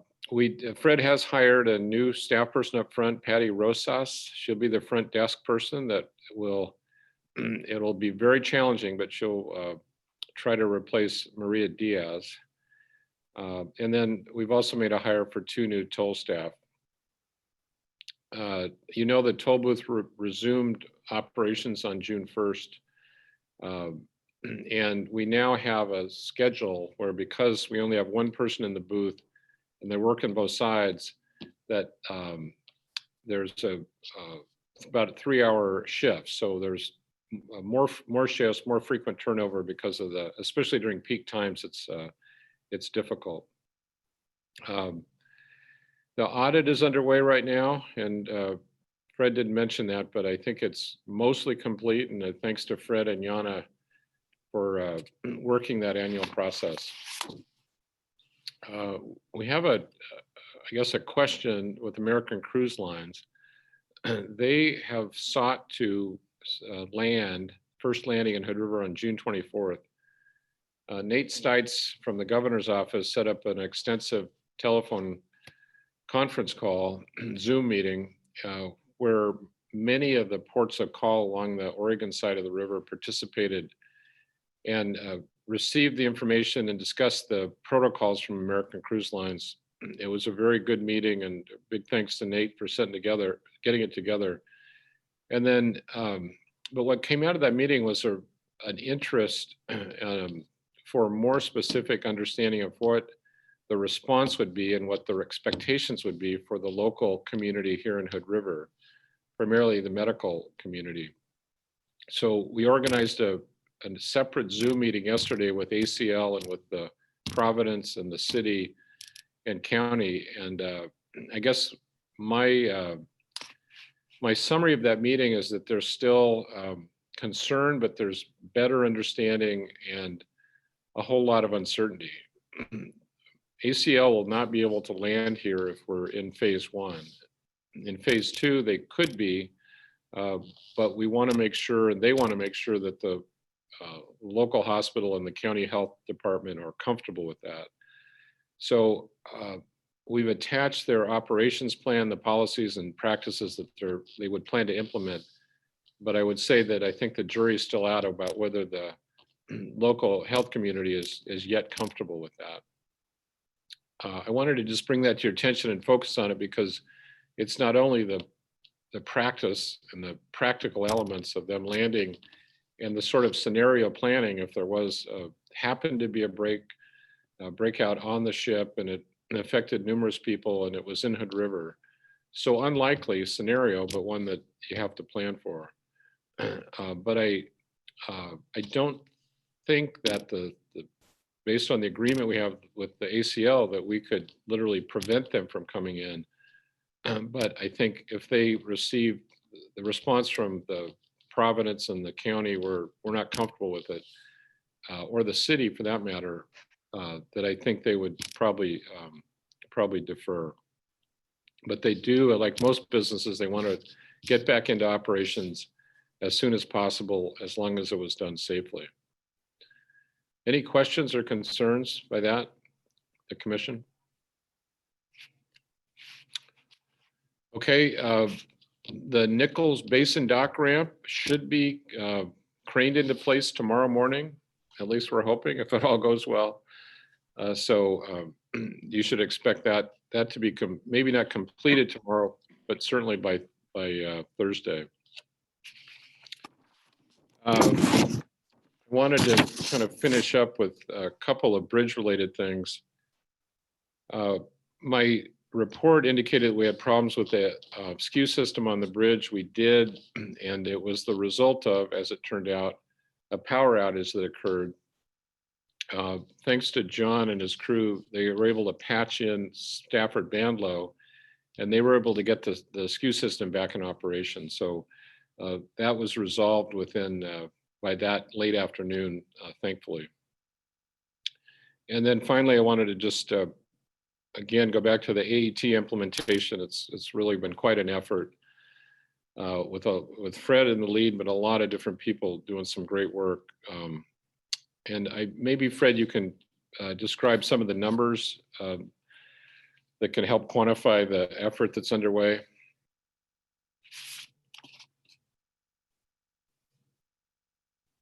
And Fred, you're muted. Oh, sorry about that. So yeah, it has been quite a bit of an effort. So one of the things we realized is we need to staff up a little more when something like this occurs. But just to give you some rough numbers. So we had about 47,000 invoices that went out in May. About $131,000 worth. And then, but the good news, so we have about $102,000 sort of an accounts receivable right now with regard to that. But that doesn't really paint the good news. The good news is we had about $327,000 worth of payments that occurred. So people, as you can tell, majority of people are paying before they're getting the invoice. But nonetheless, the phone traffic's incredible. When you send out these invoices, for every invoice, we're getting a high volume of phone traffic. And what Mike alluded to is, yeah, there's quite a few weeks of 12-hour days that our staff is incurring. The other piece that's shortcoming, Michael, was our printer. So when we got our printer, our collator stuffer, it's really made for about 5,000 envelopes a month, at that level, not 46,000. So it's a real slow, that's sort of a bottleneck, but anyways. So those are some of the numbers. We've done a lot actually, but it's not just, when you talk AET, it's not just the front office answering phones. It's not just the front office putting out those invoices, but we have, we're now switching with the toll collectors up in the booth. We also have to have toll collectors back in the office doing image review. And all electronic tolling, you have 4 cycles of image review. You have a primary image review, and then you send the information to the DMV. They come back and you image it one more time to make sure before you invoice it. And then you know, and there's this correction queue that we have to go through. So there's usually 3 image review processes before that invoice goes out that door. So it is quite the process, I should say. Yeah. Anyways. So Fred, are our costs of doing all that work, well, as we estimated? Yeah, pretty close, actually. You know, one of the things you know, you have some higher costs and some lower costs. Like, I didn't think our costs would be, I thought it would be higher on our loss with regard to imaging car license plates. I thought it'd be higher. Like, I thought it'd be about 5% of all the vehicles coming through that we couldn't get a license plate. It's only about 2.5, 2.6%. So that's a lot less than I thought. The cost, though, is really in the labor component that we understated. And some of that can be remedied just through like a higher speed processor for envelopes and stuff like that. I mean, we're having our staff go all day. It takes them all day to stuff everything and get it out the door. So if we get it more of a high speed process, which they can get reasonably cheap, yeah, that saves a lot of time, a lot of labor. So little things like that we're looking at.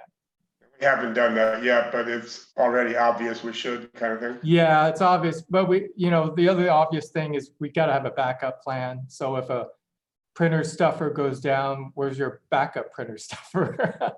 It's not a manual person, so we'll have to, you know, we'll be looking into, you know, acquiring something like that. So, yeah. Yeah, thanks, Fred. And I wanted to mention the airport. Ann's been managing the Connect 6 project and now the North Ramp. And from all reports, it's going really well. Ann, is there anything you want to highlight for the commission? And I know you wanted to extend an invitation to go up there and take a look. Yeah, if you guys haven't been up there, they have changed it dramatically since since they started. So everything's on schedule. They're doing a great job and yeah, moving right along. So it's a really good contractor and we're happy to be working with them. That's great. All right, that's my report. If there are any questions, I'm here to answer them. I got one quick one for you, Michael.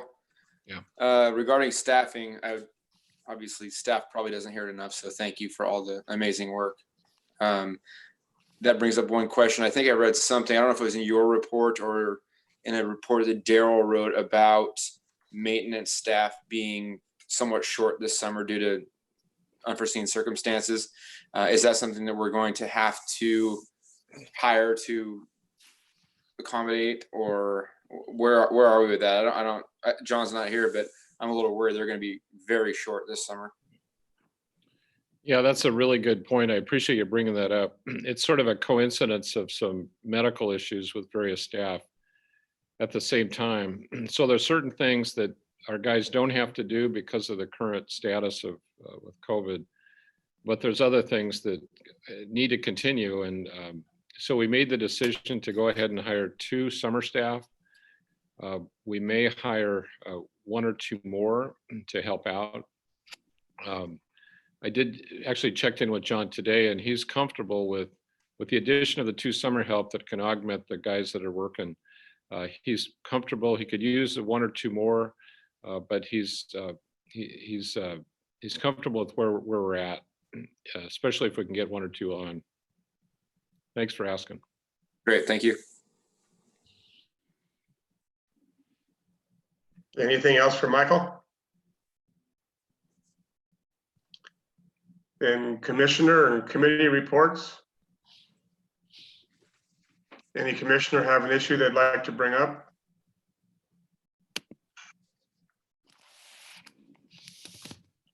Then I'll move on to action items.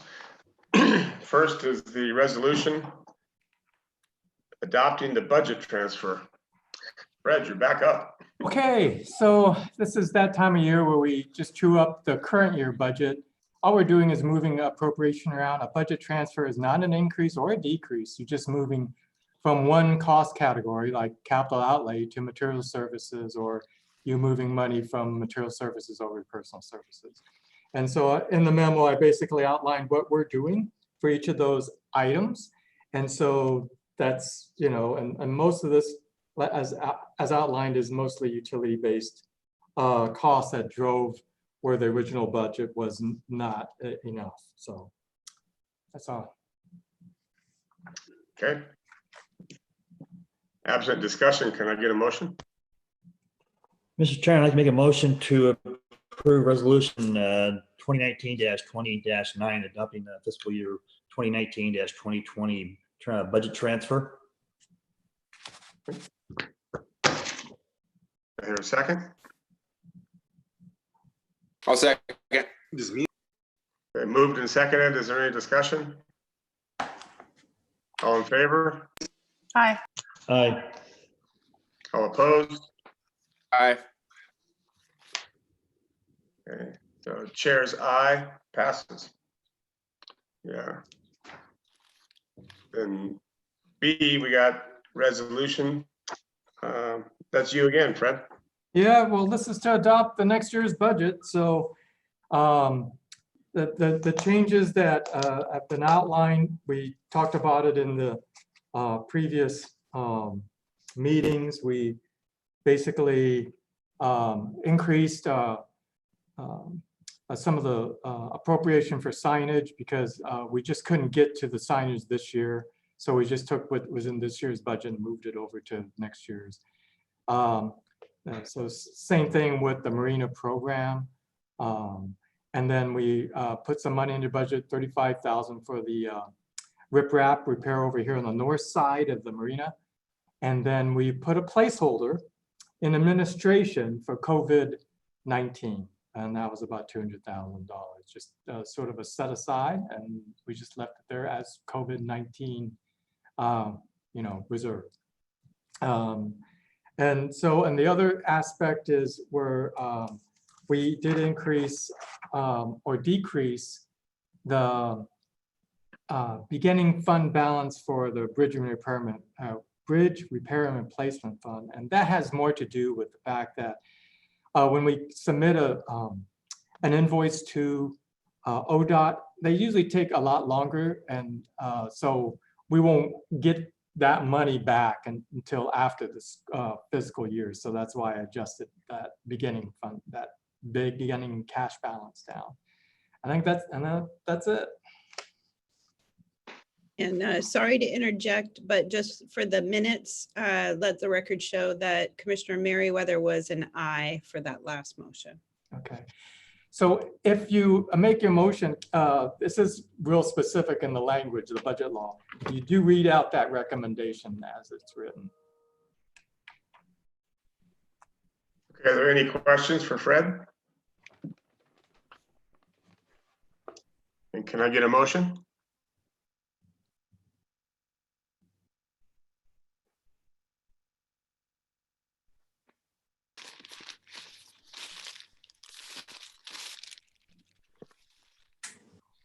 I'm sorry, I can't read the language, John. I'd be happy to, but I can't read it.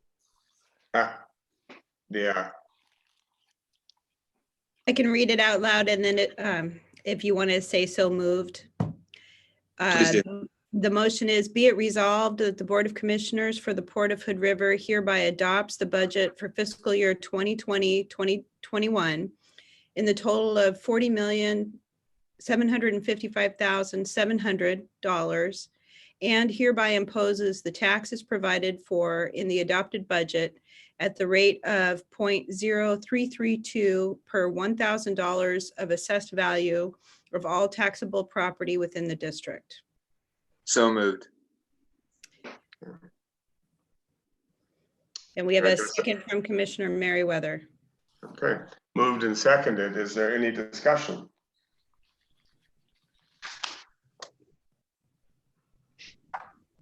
In that case, all in favor? Aye. Aye. Aye. And Merriweather is an aye. Any opposed? Chair's aye, it passes. And the addition to the agenda resolution approval, that's you too, Fred, isn't it?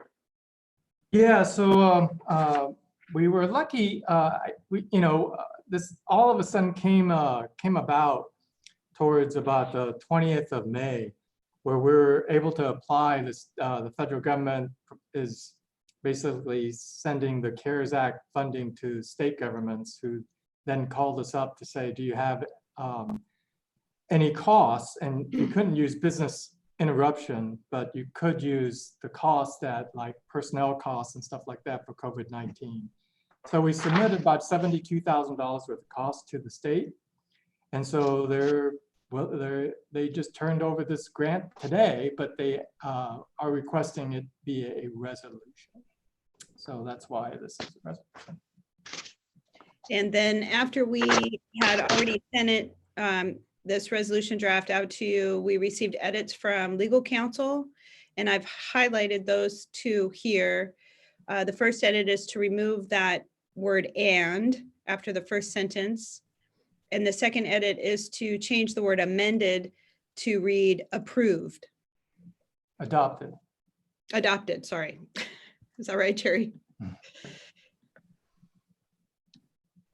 Okay, then do we need a motion for the resolution?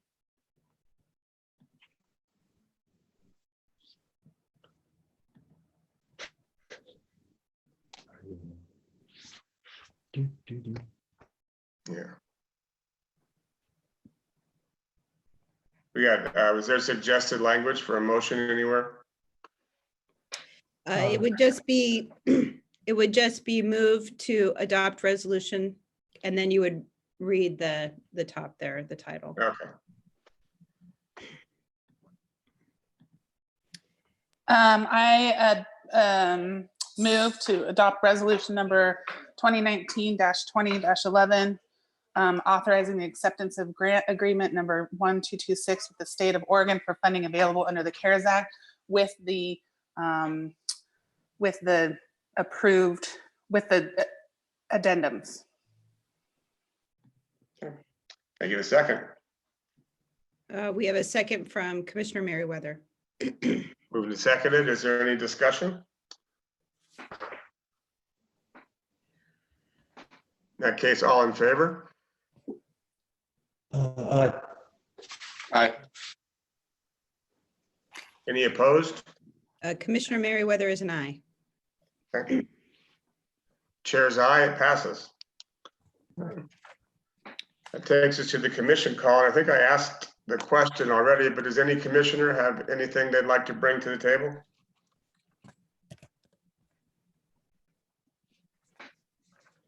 All right. Then that concludes our regular session agenda. Okay, so if you'll just give me about, excuse me, 5 minutes. When you recess into executive session, I'll need a little bit of time to stop the live stream and to get Kate Schrader back on the call. Okay, and I could do that now, recess our regular session and reconvene in executive session in what, 5 minutes? Yep, and you'll need to recite the ORS citation numbers. Thank you, Jennifer. So we'll open executive session under ORS 192-6602E, real estate negotiations, and ORS 192-6602H, legal consultation on current litigation or litigation likely to be filed. And we'll reconvene at 7:35. Okay, thank you. Okay.